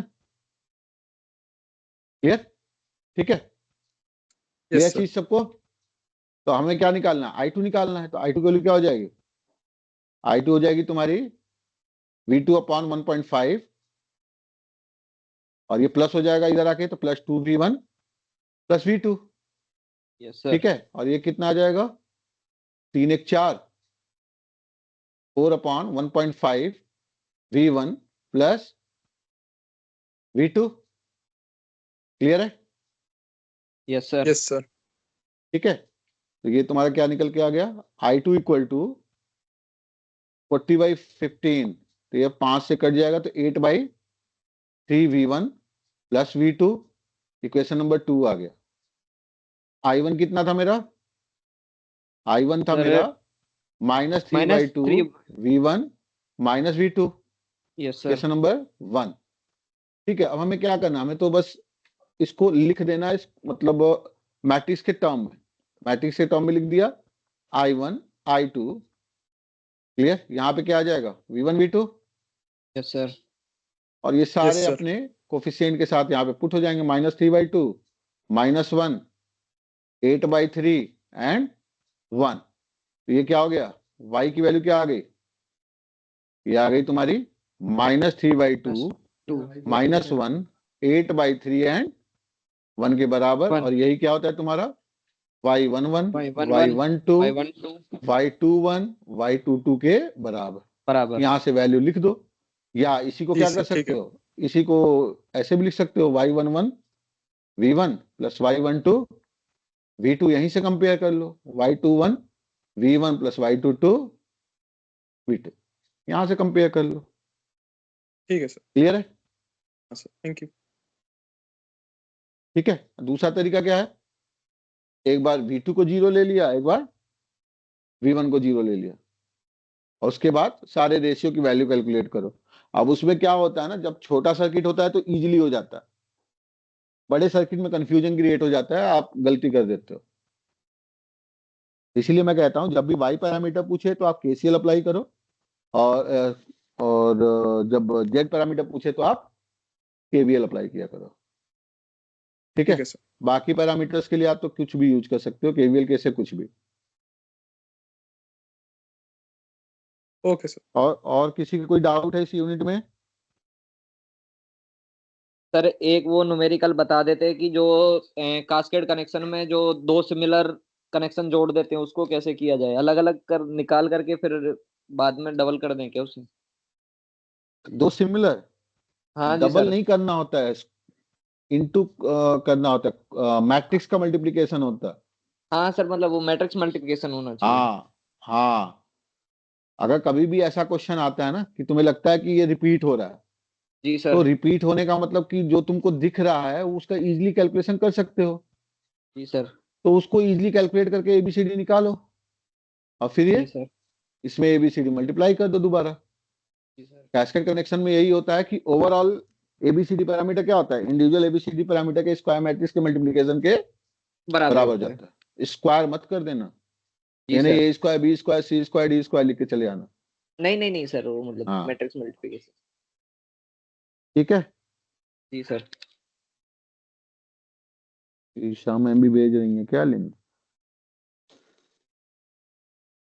कल तुम बोला था उन्होंने म्यूजिक क्लास। चलो हाँ, और कुछ पूछना है इस यूनिट में? नहीं सर। पक्का? No sir. यस। किसी को कोई डाउट नहीं है? No sir. चलो अब बात करते हैं नेटवर्क फंक्शन की। नेटवर्क फंक्शन इस यूनिट का हिस्सा है, तो ये भी बहुत आसान होता है। तुमसे केवल V2S upon V1S, I2S upon I1S, V2 upon I1S या I2 अपॉन V1S, यानी ट्रांसफर फंक्शन पूछ सकता है, या ड्राइविंग पॉइंट इंपिडेंस या एडमिटेंस फंक्शन पूछ सकता है। क्लियर? यानी केवल तुम्हें रेशियो कैलकुलेट करना है in terms of S domain. तो जब भी तुमको सर्किट का प्रॉब्लम देना तो उसको क्या करो, एस डोमेन में कन्वर्ट कर लिया करो, यानी एसएल और 1/SC से रिप्लेस किया करो, और उसके बाद सिंपली VS IS वैसे ही रहने दिया करो, आउटपुट पोर्ट के लिए भी VS IS वैसे ही रहने दिया करो, क्वेश्चन को सॉल्व करो और केवल रेशियो कैलकुलेट किया करो। क्लियर है चीज? हेलो? Yes sir. ठीक है। तो नेटवर्क फंक्शन तो बहुत इजी होता है, और वो तो मेरे ख्याल से आप लोगों को सबको कर लेना चाहिए। और उसमें पूछता है प्रॉपर्टी। प्रॉपर्टी का ध्यान रखना है, प्रॉपर्टी सिंपल सी होती है। अगर इम्पीडेंस फंक्शन आ जाए तो प्रॉपर्टी कैसे लिखनी है आपको पता ही है। मेन प्रॉपर्टी में क्या होता है, पोल जीरो का लॉजिक आता ही आता है, तो उस बेसिस पे सारी प्रॉपर्टी लिखनी चाहिए। ठीक है ना? 5वीं यूनिट की अगर मैं बात करूं तो 5वीं यूनिट में क्या होता है ना कि हम लोग मिसकॉन्सेप्शन के चक्कर में गड़बड़ कर देते हैं। हमें 5वीं यूनिट को केवल और केवल मैथमेटिकली टैकल करना है। कैसे टैकल करना है? मैथमेटिकली, और किसी एंगल से टैकल करना ही नहीं। हमें बस ये देखना है कि अगर एलसी नेटवर्क है तो न्यूमरेटर अपॉन डिनोमिनेटर का जो रेशियो आता है वो इवन बाय ऑड या ऑड बाय इवन होना चाहिए, क्योंकि उसका रियल पार्ट 0 होता है। हमें ये देखना है कि अगर आरएल सर्किट है तो आरएल सर्किट केस में कब जेडएस बाई एस लेना है, कब वाईएस बाई एस लेना है, या कब जेडएस और वाईएस लेना है। नियरेस्ट टू ओरिजिन पोल है, इंपिडेंस फंक्शन है तो आरसी होगा आरएल होगा, यही सब चीजें हमें देखनी है। लेकिन उसके लिए प्योर मैथमेटिकल अप्रोच लेके चलना है, बस इतना ही करना। इतना टाइम है नहीं कि उसमें बहुत ज्यादा समय दे दिया जाए। अभी फिलहाल क्या है कि एक्टिव फिल्टर छूटा हुआ था ना। अच्छा, पैसिव फिल्टर तो मैंने बता दिया था ना, एक लेक्चर लिया था ना मैंने पैसिव फिल्टर यस पे, सर। फॉर्मूला बेस पे लेक्चर लिया था मैंने और उसके नोट्स भी दे दिए थे। Yes sir. ठीक है। Yes sir. एक्टिव फिल्टर क्या होता है ना, देखो यहाँ पे ऑप एम्प एक सर्किट होती है, ऑप एम्प यूज करके हम एक्टिव फिल्टर डिजाइन करते हैं। और एक्टिव फिल्टर के अपने बहुत सारे एडवांटेज होते हैं, क्योंकि मेंटेनेंस कम होता है, इसमें गेन भी मिलता है, तो इस वजह से ये और ज्यादा मतलब यूजफुल हो जाता है हमारे लिए। सर्किट का साइज छोटा होता है, कोई इंडक्टर यूज नहीं करना होता, केवल एक कंडेंसर और रजिस्टर यूनिट से हमारी सारी चीजें हो जाती हैं। क्लियर। तो ये फिल्टर बताने से पहले मैं तुमको दो तीन बेसिक चीजें बता रहा हूँ, वो ध्यान में रखना। जैसे मान लो अब इस फिल्टर को डिजाइन करना है, जैसे मैंने ये सर्किट लिया, इसका ध्यान से देखना, बस मुझे बताना ये है क्या। R1/SC, ये V इनपुट हो गया मान लो, और ये V आउटपुट हो गया। कौन सा फिल्टर होगा ये, लो पास फिल्टर या हाई पास फिल्टर, कोई बताएगा? सर लो पास। लो पास कैसे? क्योंकि कैपेसिटर जब हम यूज करेंगे तो वो ग्राफ जो बोलो मान बोलो। सर जब हम ग्राफ बनाते हैं तो उसमें वो नीचे की तरफ जब जाता है तो वो पास नहीं होने देता है ना। हाँ ठीक है, देखो यहाँ पे सिंपली मैथमेटिकली भी हम इसको कर सकते हैं। जैसे मान लो s टेंडिंग टू जीरो लिया मैंने, s टेंडिंग टू जीरो पे 1/SC क्या होगा, टेंडिंग टू इन्फिनिटी होगा, यही होगा ना, आया ना। और s क्या होता है, j ओमेगा, यानी फ्रीक्वेंसी तो होता है। अरे बोलोगे, अरे बोलो भाई, हाँ या ना। Yes sir. Yes sir. ठीक है, तो ये जब ओपन सर्किट हो गया, s टेंडिंग जीरो मतलब क्या हो गया, लो फ्रीक्वेंसी पे, लो फ्रीक्वेंसी के सिग्नल पे कैपेसिटर कैसे बिहेव कर रहा है, ओपन सर्किट की तरह। यानी V इनपुट की वैल्यू क्या आ गई, V आउटपुट के बराबर आ गई। लेकिन यही अगर s टेंडिंग टू इंफिनिटी हो जाए, यानी हाई फ्रीक्वेंसी हो जाए, तो उस कंडीशन में 1/SC क्या होगा, टेंडिंग टू जीरो। जीरो होने का मतलब सर्किट क्या बना, क्या बना सर्किट, यहाँ पे क्या हो गया, शॉर्ट सर्किट। तो हमें सर क्या आउटपुट शॉर्ट वोल्टेज सर्किट। मिलेगा, कोई नहीं सर। कोई आउटपुट वोल्टेज हमें नहीं नहीं मिलेगा। मिलेगा। तो ऑब्वियस सी बात है, हाई फ्रीक्वेंसी के सिग्नल को ये पास नहीं होने दे रहा। क्लियर चीज। तो ये सर चीज ध्यान रखना है कि एक्टिव फिल्टर के केस में ये जो आरसी सर्किट है ना, एल टाइप का, कैपेसिटर अगर संट एलिमेंट है, तो उस केस में ये लो पास फिल्टर की तरह ट्रीट होता है। लॉजिक मैंने तुमको बता दिया सिंपली। कभी भी अगर तुमको ट्रांसफर फंक्शन देना कोई भी, तो तुम ट्रांसफर फंक्शन से ही बता सकते हो कि ये लो पास फिल्टर है या हाई पास फिल्टर है, या बैंड पास या बैंड रिजेक्ट क्या है। Simply extending to zero put करो, एक्सटेंडिंग टू इनफाइनाइट पुट करो, और देखो ट्रांसफर फंक्शन की वैल्यू क्या निकल के आती है। अगर ट्रांसफर फंक्शन की वैल्यू एक्सटेंडिंग टू जीरो पे आ रही है और एक्सटेंडिंग टू इन्फिनिटी पे जीरो आ रही है, तो ऑब्वियस सी बात है क्या हो गया वो, लो पास फिल्टर। अगर एक्सटेंडिंग टू जीरो पे वैल्यू जीरो आ रही है और एक्सटेंडिंग टू इनफाइनाइट पे वैल्यू कुछ आ रही है, यानी वो हाई पास फिल्टर हो गया। क्लियर चीज। सिमिलरली अगर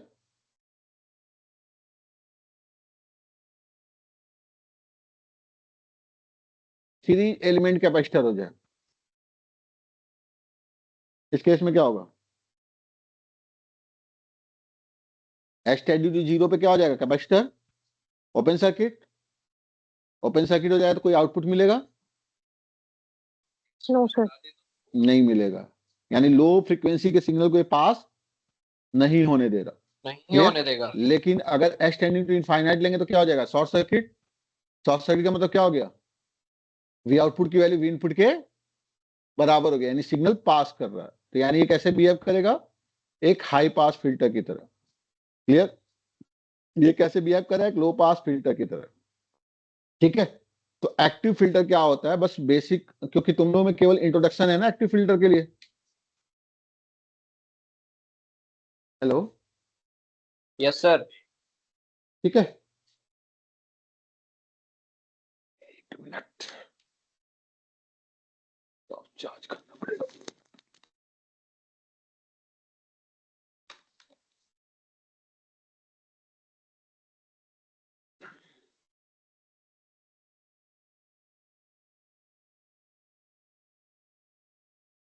कहाँ गया पेन? एक मिनट रुकना जरा।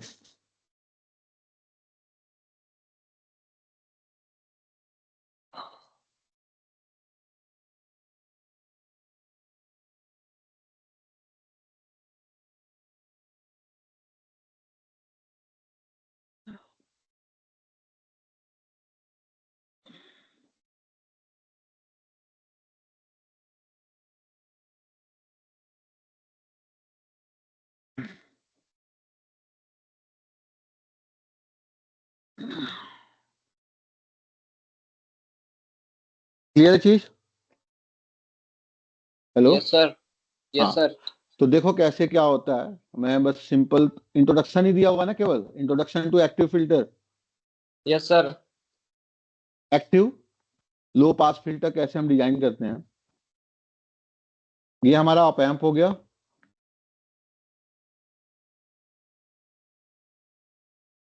ऑप एम्प में क्या होता है, दो इनपुट पोर्ट होते हैं। क्लियर? ठीक है, ये प्लस टर्मिनल और ये माइनस टर्मिनल। माइनस। हम क्या करते हैं सिंपली, अगर हमें लो पास फिल्टर डिजाइन करना है ना, तो जो हमारा आर का था ना नेचर, आरसी सर्किट का, बस वो आरसी सर्किट इस पॉजिटिव टर्मिनल के साथ अटैच कर देते हैं। क्लियर? और इस सी को हम कर देते हैं ग्राउंडेड, और यहां पे हमारा क्या हो जाता है, इनपुट वोल्टेज। क्लियर चीज? हेलो? Yes sir. ठीक है, अब यहाँ पे क्या करते हैं, क्योंकि आउटपुट पोर्ट पे हमें गेन चाहिए, गेन के लिए हम क्या करते हैं, यहाँ पे एक रेजिस्टेंस आउटपुट पोर्ट और इनपुट पोर्ट से कनेक्ट किया, ये हो गया R2, और यहाँ पे एक रेजिस्टेंस हम लगा देते हैं R1 और इसको कर देते हैं ग्राउंड। क्लियर? और ये हमारा हो जाता है V आउटपुट। क्लियर चीज? यस सर। तो यही हो जाता है हमारा क्या, low pass filter active. Active low pass active low pass filter हो जाता है ये। क्लियर? ऑप एम्प, एक आइडियल ऑप एम्प की कुछ प्रॉपर्टी होती है कि उसका जो इनपुट होता है ना वर्चुअली सॉर्टेड होता है। वर्चुअली सॉर्टेड का मतलब क्या हो गया, कि अगर मान लो ये वोल्टेज मेरा V है, इसका वोल्टेज भी मेरा क्या होगा, V के बराबर होगा, क्योंकि ये दोनों नोड वोल्टेज क्या होंगे, सेम होंगे। पहला लॉजिक तो ये है। और इसका इनपुट इंपिडेंस जो होता है वो इनफाइनाइट होता है, यानी इस ऑप एम्प के थ्रू कोई करंट फ्लो नहीं करेगी इधर साइड। यानी अगर करंट फ्लो करेगा, जैसे मान लो मैं R2 की बात कर रहा हूं, तो जो करंट फ्लो करेगा पूरा का पूरा करंट क्या होगा, यहां से यहां फ्लो कर जाएगा, यानी ये करंट इस करंट के बराबर होगा। क्लियर? क्योंकि ये वर्चुअली क्या होता है, सॉर्टेड होता है। इनपुट इंपिडेंस क्या होता है, इनफाइनाइट होता है। इस लॉजिक पे इसका मैथमेटिकल इवेल्युएशन किया जाता है। तो मेरे ख्याल से मैथमेटिकल इवेल्युएशन करने की जरूरत नहीं है, क्योंकि केवल क्या दिया हुआ है, इंट्रोडक्शन ही दिया हुआ है ना। Hello? Yes sir. Unit yes 5 sir. में तो उसके सिलेबस में इंट्रोडक्शन टू एक्टिव फिल्टर्स लिखा हुआ है, बट जब पीवाईक्यूज में एक क्वेश्चन आया था कि उसका ट्रांसफर फंक्शन पूछा एक्टिव और पैसिव दोनों का। हाँ, तो पैसिव तो तुमको पता ही है। Yes sir. अच्छा, न्यूमेरिकल पूछा गया एक्टिव पे?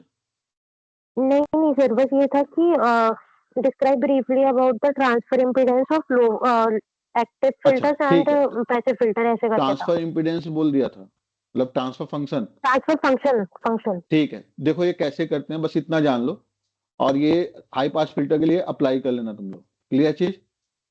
ठीक है, जैसे ये हमारा क्या हो गया, इस नोड का वोल्टेज होगा V0, ये वोल्टेज मैंने V मान लिया, इस नोड का वोल्टेज हो गया मेरा V इनपुट।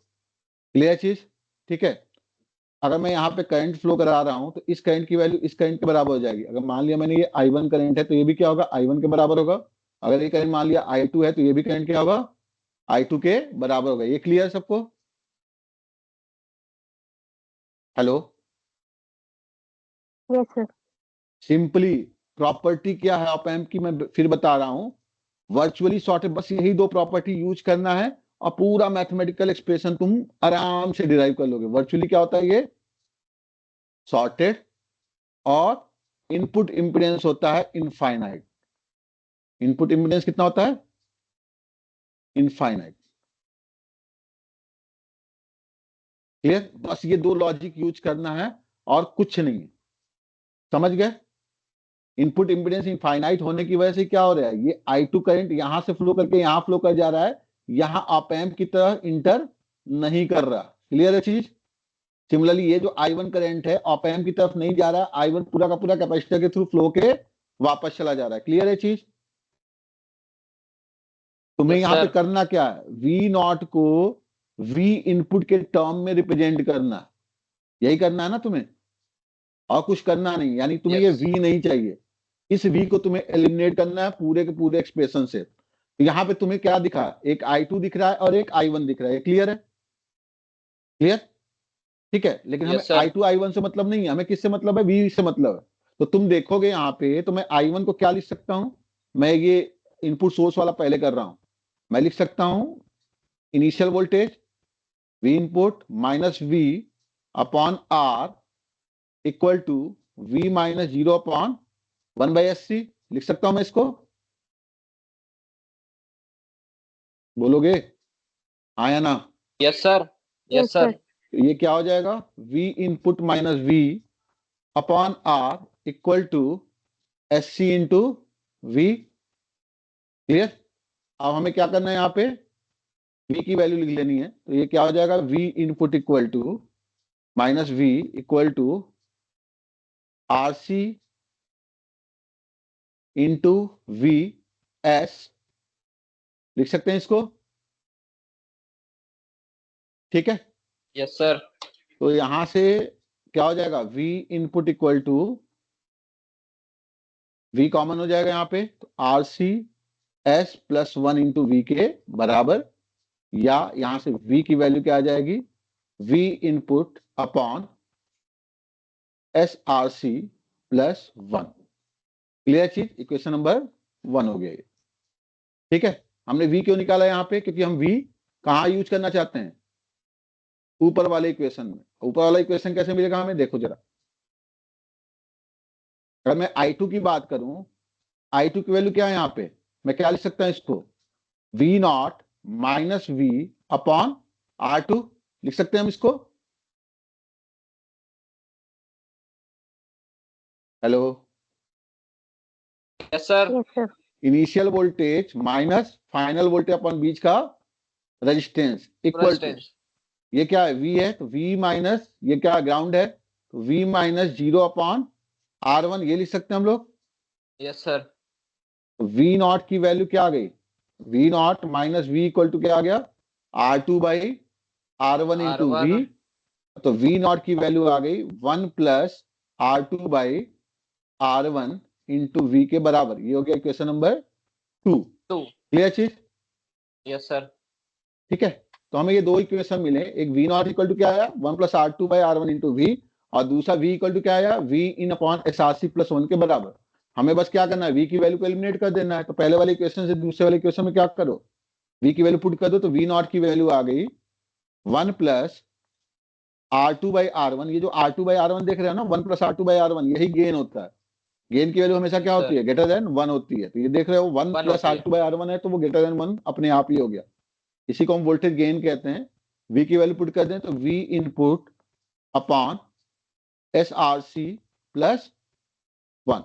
तो यहां से क्या आ गया, ओवरऑल गेन की वैल्यू आ गई V naught upon V input equal to 1 plus R2 by R1 upon RC common ले लिया, S plus 1 by RC। Clear है श्रुति,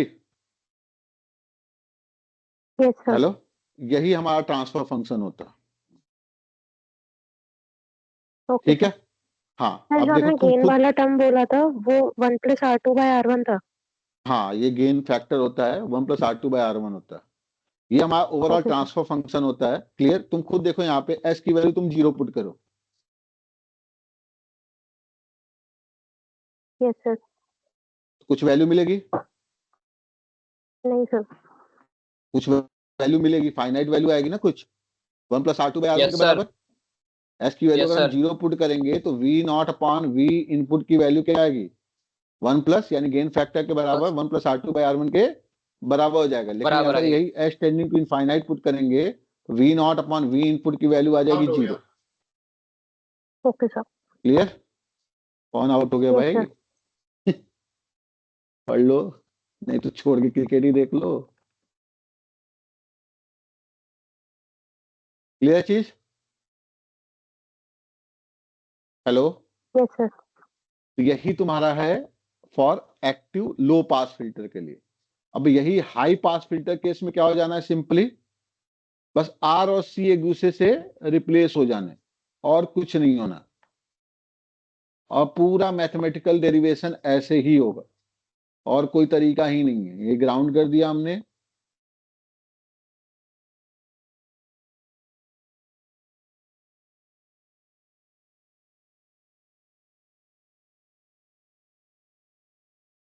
ये जो लेते हैं ना R2 R1, ये वोल्टेज गेन के लिए ही लिया जाता है।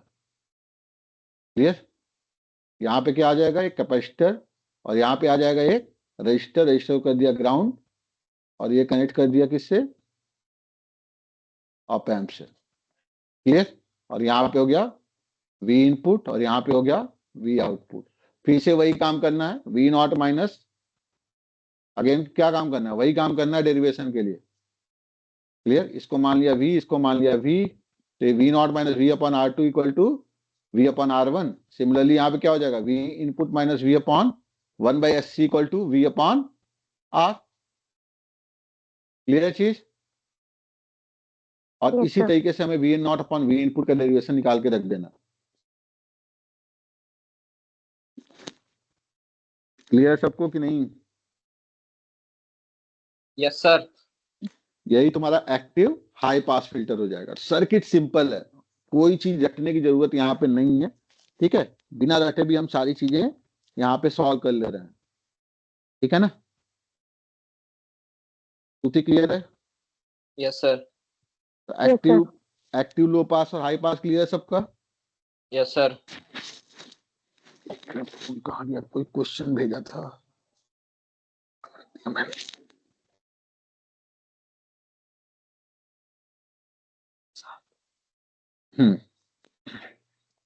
और कुछ पूछना है इस यूनिट में? हेलो? अरे एक बार सर डिजाइन करना और बता दो, लो पास और हाई पास फिल्टर वाले। वीडियो पढ़े हैं, वो तो वीडियो दिया है ना मैंने।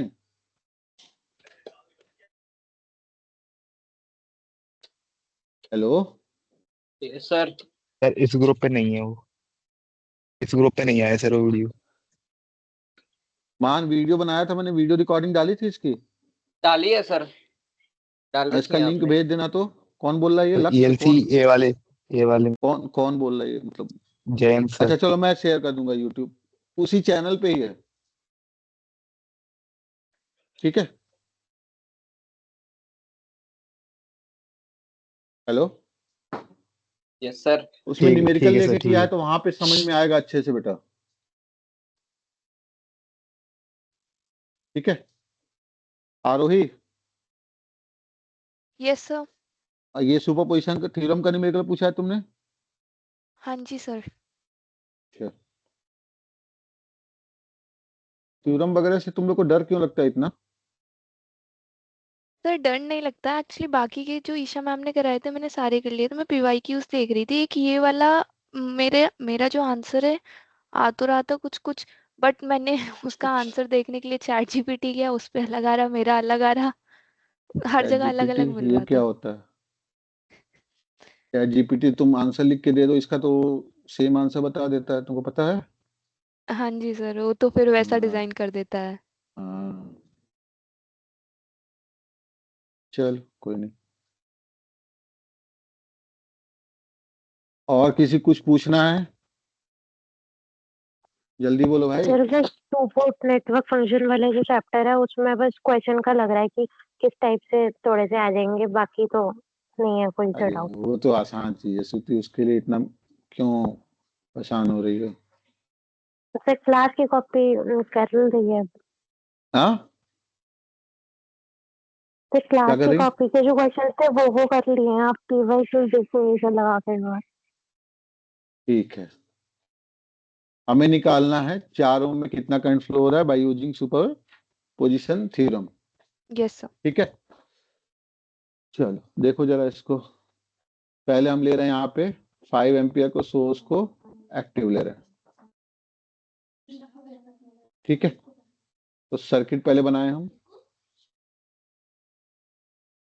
5 एम्पियर का सोर्स लिया।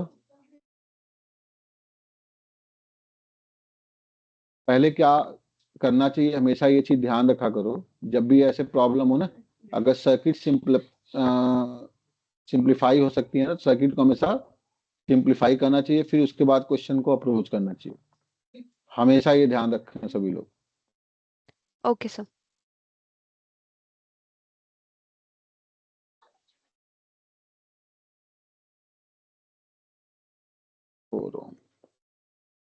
देखो हम चाहें तो इस सर ये सर्किट जो में 20 वोल्ट के साइड वाला जो रजिस्टर है वो 5 ओम का है, 2 ओम का नहीं है।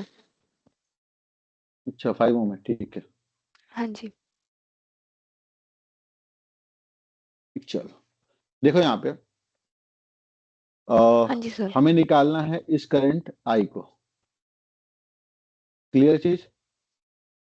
Yes sir. ठीक है, और अगर क्वेश्चन को देखें ना, तो क्वेश्चन को देखते हुए सबसे अच्छा अप्रोच रहेगा यहाँ पे केसीएल का। वैसे भी मैंने हमेशा बताया कि केसीएल को हमेशा प्रिफर करना चाहिए। क्लियर? अब देखो ये 0 वोल्ट ओके है, तो सर। ऑब्वियस सी बात है, ये पूरा सॉर्टेड है, तो ये भी 0 वोल्ट ही होगा। Yes sir. क्लियर? और ये दोनों एक दूसरे के पैरेलल, हम चाहें तो पैरेलल इक्विवेलेंट सर्किट लेके इसको कर सकते हैं, बट छोड़ देते हैं अभी फिलहाल।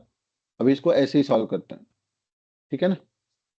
हम ओके चाहें तो सर। इसको पैरेलल इक्विवेलेंट सर्किट लेके कर सकते हैं। ठीक है, हाँ जी सर। अभी फिलहाल छोड़ते हैं। अब देखो यहाँ पे ये 0 वोल्ट हुआ। अब केवल केवल 2 नोड रह गए, एक नोड ए और एक node B. B. Yes sir. और कोई नोड है नहीं, तो ये हमारा वी ए हो गया और ये हमारा वी बी हो गया। क्लियर है चीज? ठीक है, और इसका यस वोल्टेज भी सर। कितना है, 0 वोल्ट के बराबर ही है। 0 वोल्ट। Yes sir. क्लियर है चीज? ठीक है, तो यस सर। हमें करना है सिंपली केसीएल अप्लाई। तो अगर हम देखें यहाँ पे, ये मान लिया मैंने करंट 5 एम। 5 एम्पियर है।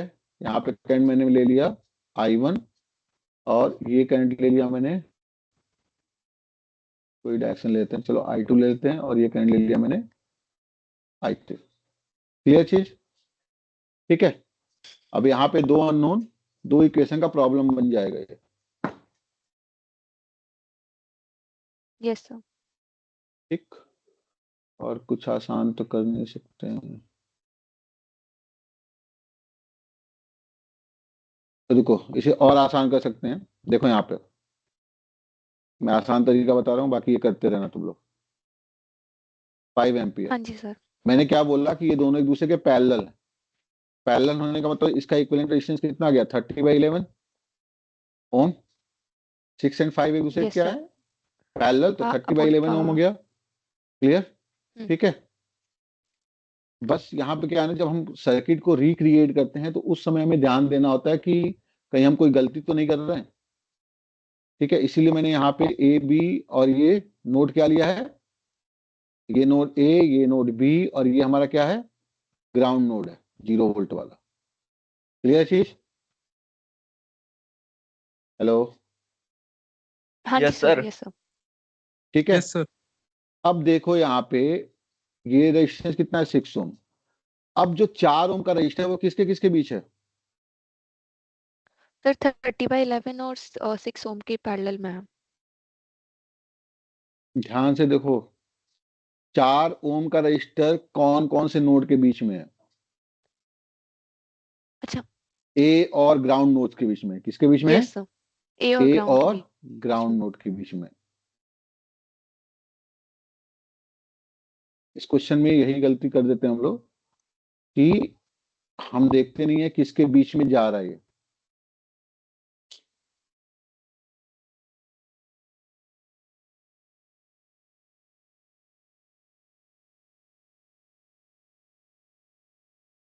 गया।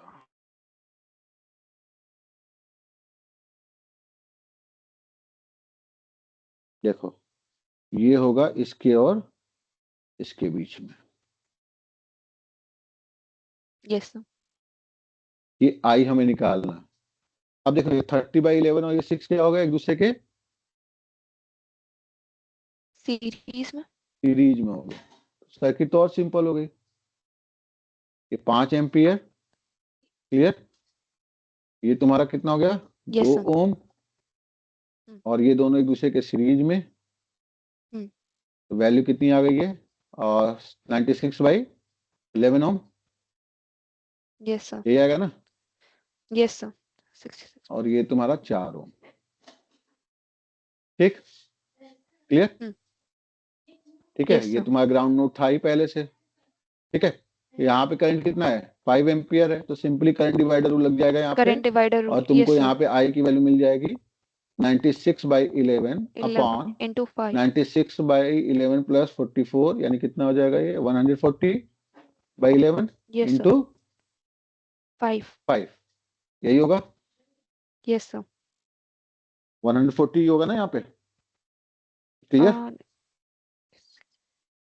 Yes, sir. 100. 96/140 into 5, clear. ये तुम्हारा आ जाएगा Yes. 10 55 40, कैंसिल आउट हो गया, 14 दूनी 3.42. 28, 14 96, कितना रहे 3.42. 3.42, ठीक। 96/28 की वैल्यू आ गई 3.42, Yes, sir. यानी आई की वैल्यू आ गई हमारी, मतलब I1 मान लो उसको, इसे मान लिया मैंने I1 की वैल्यू आ गई हमारी 3.42 एम्पियर के बराबर, क्लियर। Yes, sir. ठीक है, तो हमसे जो गलती होती है वो यही होती है कि ये जो ए और ग्राउंड के बीच में 4 ओम था, उसे एज्यूम करने के बजाय हम क्या कर लेते हैं, ए और बी के बीच में कर लेते हैं, वो एक ब्लंडर Yes. होता है, क्लियर। Okay. उससे हाँ बचना जी, है, okay. ठीक है। Sir. नेक्स्ट क्या करना है Yes, हमें, sir. हमें सोर्स लेना है 20 वोल्ट का, ठीक है। तो सर्किट क्या बनेगा, देखो करंट सोर्स क्या हो गया, ओपन हो गया, Open socket. यानी यहाँ पे क्या आया, कितने वोल्ट का है, 20 वोल्ट का है, क्लियर। यहाँ पे कितने का रेजिस्टेंस था, 5 5 ओम, ohm. 5 ओम, और यहाँ पे रेजिस्टेंस है 6 ओम, 6 ओम, यहाँ पे रेजिस्टेंस है कितने ओम का, 6 ओम का सर। 6 ओम, और ये है 4 ओम। वो वाला सर्किट क्या हो गया, ओपन सर्किट हो गया, तो उसके रेजिस्टेंस का भी कोई रोल नहीं है. नहीं रहेगा, क्लियर। अब हमें क्या निकालना है, इस I2 की वैल्यू निकालनी है अगेन, Yes, sir. हमें यही करना है ना, इस I2 की वैल्यू निकालनी है। तो तुम ध्यान से देखोगे तो ये 6 और 4 क्या है, एक दूसरे के सीरीज में, Series में. क्लियर। तो यहाँ भी तुम इजीली कर सकते हो इसको, हालांकि मतलब करंट डिवाइडर पता नहीं ये वाला पढ़ा होगा कि नहीं पढ़ा होगा तुम लोगों ने, तो तुम यहाँ पे केसीएल अप्लाई करो, ज्यादा अच्छा रहेगा। एक ही नोड है यहाँ पे, ये ग्राउंड हो गया, और एक नोड ये वी है, क्लियर चीज। और तुम्हें I2 की वैल्यू Yes, sir. निकालनी है, तो क्या हो जाएगा, 20 माइनस प्रॉपर करके करना है, ये I2 निकालना हमें, तो ये Yes, मान sir. लिया मैंने I3, ये मान लिया मैंने I3. I4, ये मान लिया I2, ये पूरा का पूरा करंट Yes, क्या sir. I2 के बराबर है। 20 minus V upon 5 equal to V minus 0/6 plus V minus 0/10, 10. Yes, sir. Clear चीज। तो ये 4 इक्वल टू आ Yes, जाएगा sir. V/5 plus V/6 plus V/10 के बराबर। एलसीएम 30 हो जाएगा यहाँ पे, क्लियर। तो ये आ जाएगा तुम्हारा 6V plus 5V plus 3V, यही होगा 14V/30, सही है कि नहीं। Hello, yes sir. हाँ जी सर, सही है. ठीक है। ये वैल्यू आ गई तुम्हारी, V की वैल्यू आ गई यहाँ पे 30 इंटू 4/14, 14. 2 7 जा 18.57. 14 2, अभी इसको ऐसे ही रहने देते हैं, 60/7 आया है, क्लियर। हमें क्या निकालना है, I2 की वैल्यू, तो I2 की वैल्यू कितनी आ जाएगी यहाँ पे, V/10 के बराबर, यानी 6/7 एम्पियर। कितना आ रहा है? 6/7 कितना हो जाएगा? 0.85। Yes sir, 0.857। ठीक है, तो ये 0.857 I2 की वैल्यू आ गई। दोनों करंट का डायरेक्शन क्या है? सेम है, तो ऑब्वियस सी बात है आई की वैल्यू यस, कितनी आ जाएगी? I1 प्लस दोनों का I2 के समेशन बराबर, यानी इक्वल 3.42 प्लस 0.857। 0.857। कितना आ गया ये? 772.4। यस कितना आया था तुम्हारा? सर, मेरा ये दूसरा वाला I2 गलत आ रहा था, ये मेरा 1.047 आ रहा था। अच्छा, ओके। मैंने पैरेलल में ले लिया था 4 को, 6 और 4 को सीरीज में करके इस वाले 6 के पैरेलल में कर दिया था, तो उसकी वजह से कुछ मिस्टेक हो नहीं, रहा था। पैरेलल कर ही नहीं सकते, क्योंकि तुम्हें 4 में ही करंट निकालना है।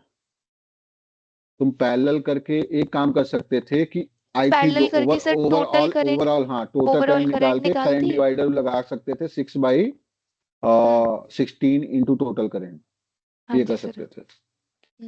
ठीक है, बट वो तो गलत आ रहा था। हाँ, दूसरा तरीका क्या है, इस यहाँ पे सोर्स ट्रांसफॉर्मेशन करके भी कर सकते हैं हम इसको। अगर हम सोर्स ट्रांसफॉर्मेशन करेंगे तो ये तुम्हारा क्या हो जाएगा? ये हो जाएगा तुम्हारा 4 एम्पियर। क्लियर? इसके पैरेलल में क्या हो गया? 5 5। ओम हो गया। ठीक है, इसके यस पैरेलल में सर, क्या हो गया? 6 ओम हो गया। इसके पैरेलल में क्या 6। हो गया? 10 ओम हो गया। इसी 10 ओम वाले करंट को हमें निकालना है। Yes sir. मान सिंह जी बताइए कैसे निकालते हैं? क्या बताया था मैंने? जब 2 से अधिक रेजिस्टेंस हो तो कैसे लगाना है करंट डिवाइडर रूल? मान, हेलो, आवाज नहीं आ रही क्या मेरी? सर आ रही है। तो कैसे लगाते हैं श्रुति? क्या बताया था मैंने क्लास में? सर भूल जो गए? इक्विवेलेंट में कन्वर्ट हो पाए वो इक्विवेलेंट में कन्वर्ट कर लिए। ओके, एक मैं तरीका क्या बताया था कि एडमिटेंस का लॉजिक लगता है यहाँ पे, जिसमें निकालना है उसका एडमिटेंस लिया, यानी 1/10 अपॉन सारे एडमिटेंस का सम, 1/6 plus 1/5 plus 1/10 into total current 4। ये आ जाता है 1/10 अपॉन ये 30, और यहाँ पे आ जाएगा 40 इंटू 4। क्लियर? तो ये निकल के आ जाता है 12/14, और ये आ जाएगा 6/7 एम्पियर। एक लॉजिक है आरोही, यस सर। जैसे सीरीज में इम्पिडेंस का सम होता है, वैसे ही पैरेलल में क्या होता है? इक्विवेलेंट पैरेलल में एडमिटेंस का टर्म एडमिटेंस का आता है। सम होता है। हाँ, तो जिसमें एडमिटेंस का करंट निकालना है उसका एडमिटेंस लिया, अपॉन सारे Yes. एडमिटेंस का सम। सम किया, प्लस इंटू टोटल करंट कर दिया। Okay sir. तो वो भी एक लॉजिक बनता है यहाँ पे। सर ये जब एक से ज्यादा पैरेलल में ब्रांचेस होंगे उसमें अप्लाई होगा, या एक हाँ, ब्रांच भी होगा पैरेलल में तो भी हो जाएगा? नहीं तो भी हो जाएगा, लेकिन एक ब्रांच 2 ब्रांचेस के लिए तो हमें पता ही है ना कि अच्छा, उस उसमें तो डायरेक्ट करंट डिवाइडर हाँ लगा लेंगे। हाँ, ओके सर। वो इम्पीडेंस के टर्म में बताइए। और कुछ पूछना है? जल्दी बताओ, 9 बजने वाले हैं। सर अगर ये वाला लॉजिक नहीं लगाते 1/10 वगैरह वाला, और इसको अगर मतलब जितने हाँ, ये रेजिस्टेंस दोनों दोनों इक्विवेलेंट में दोनों हो का सकते हैं इक्विवेलेंट तो ले लेना। हाँ, 30/11 कर लेना। वो भी सर बात सही वही है। होगा ना? हाँ हाँ, आएगा आंसर वही। और कुछ पूछना है? No sir. ठीक है, किसी को भी नहीं पूछना कुछ भी? मेरा बस एक ही अनुरोध है सबसे कि फर्स्ट यूनिट और लास्ट यूनिट ये स्कोरिंग होता है, इसको अच्छे से कर लें। उसके बाद आए 2 पोर्ट वाले पे, 2 पोर्ट अच्छे से करें। फिर उसी में नेटवर्क फंक्शन है, वो भी अच्छे से करें। फिर आए आप टेंजेंट एनालिसिस पे। टेंजेंट में एक ही फॉर्मूले पे न्यूमेरिकल बनता है, जो हमने आपको बताया है, final plus initial minus final into ई power minus T upon tau वाले पे। बस वहां पे यही करना है कि बस सीरीज आरएल या सीरीज आरसी सर्किट होना चाहिए, यानी एक रेजिस्टेंस और एक कैपेसिटर या एक रेजिस्टर एक इंडक्टर में उसको रिप्रेजेंट कर दो। क्लियर? अगर उसका डेरिवेशन भी आता है तो जनरली डीसी रिस्पॉन्स ही पूछता है, एसी रिस्पॉन्स आएगा तो वही साइन का जो मैंने बताया वही हो जाना। क्लियर? ओके कन्वेंशन यस तरीका भी आता है कभी कभी, अगर मान लो आप भूल जाते हो कन्वेंशन तरीका जो कॉम्प्लीमेंट्री फंक्शन निकाल के हम करते हैं डीसी रिस्पॉन्स में। क्लियर? मतलब डी प्लस समथिंग करके डी इक्वल टू ले लिया तो वो सिंगल आया तो वो ई पावर माइनस सीधे सीधे हो जाना है, ए इंटू समथिंग हो जाना है, ए की वैल्यू टी की वैल्यू पुट करके हम निकाल लेते हैं। क्लियर? वैसे भी होता है, ठीक है, और लाप्लास ट्रांसफॉर्म से सर भी होता जैसे है, तो अगर दोनों तरीके।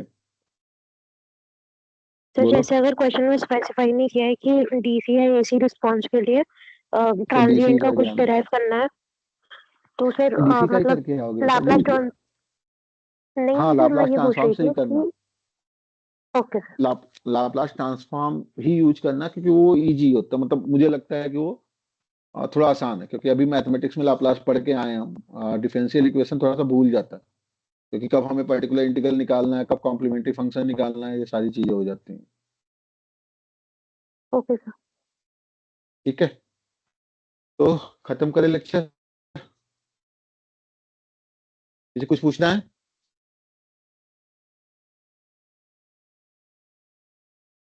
चलो ठीक है, चलो ऑल द बेस्ट सबको, अच्छे से पेपर देना, थैंक यू सर अभी कल तक का समय है। Thank you thank you sir. ठीक सर। है, ज्यादा घबराने की जरूरत नहीं है, घबराने से चीजें और खराब ही करते हैं हम लोग। यस सर ठीक है ना? पेपर टफ नहीं आता, हम उसे टफ या आसान बनाते हैं, और वो जो टफ आसान बनाने वाला समय था वो बीत गया, तो अभी क्या है, केवल अपने प्रैक्टिस और अपना जो कोई कॉन्सेप्ट में लैक आ रहा है ना उस पर फोकस करो और उसको सही करो, और कुछ मत करो, अदरवाइज मैं तो अवेलेबल हूँ ही। ठीक है, एक दिन का समय है, एकदम शांत दिमाग से पढ़ाई करो और शांत दिमाग से तैयारी करो।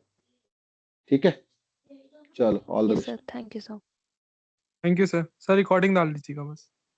Thank you sir. अरे गोयल, अश्विन, सर जी। पढ़ाई कर लो, पढ़ाई कर लो, खाना हाँ वाना सर खा वही लेना कर है, रहा हूँ पढ़ाई कर लो, पढ़ाई कर लो। सर। Okay sir.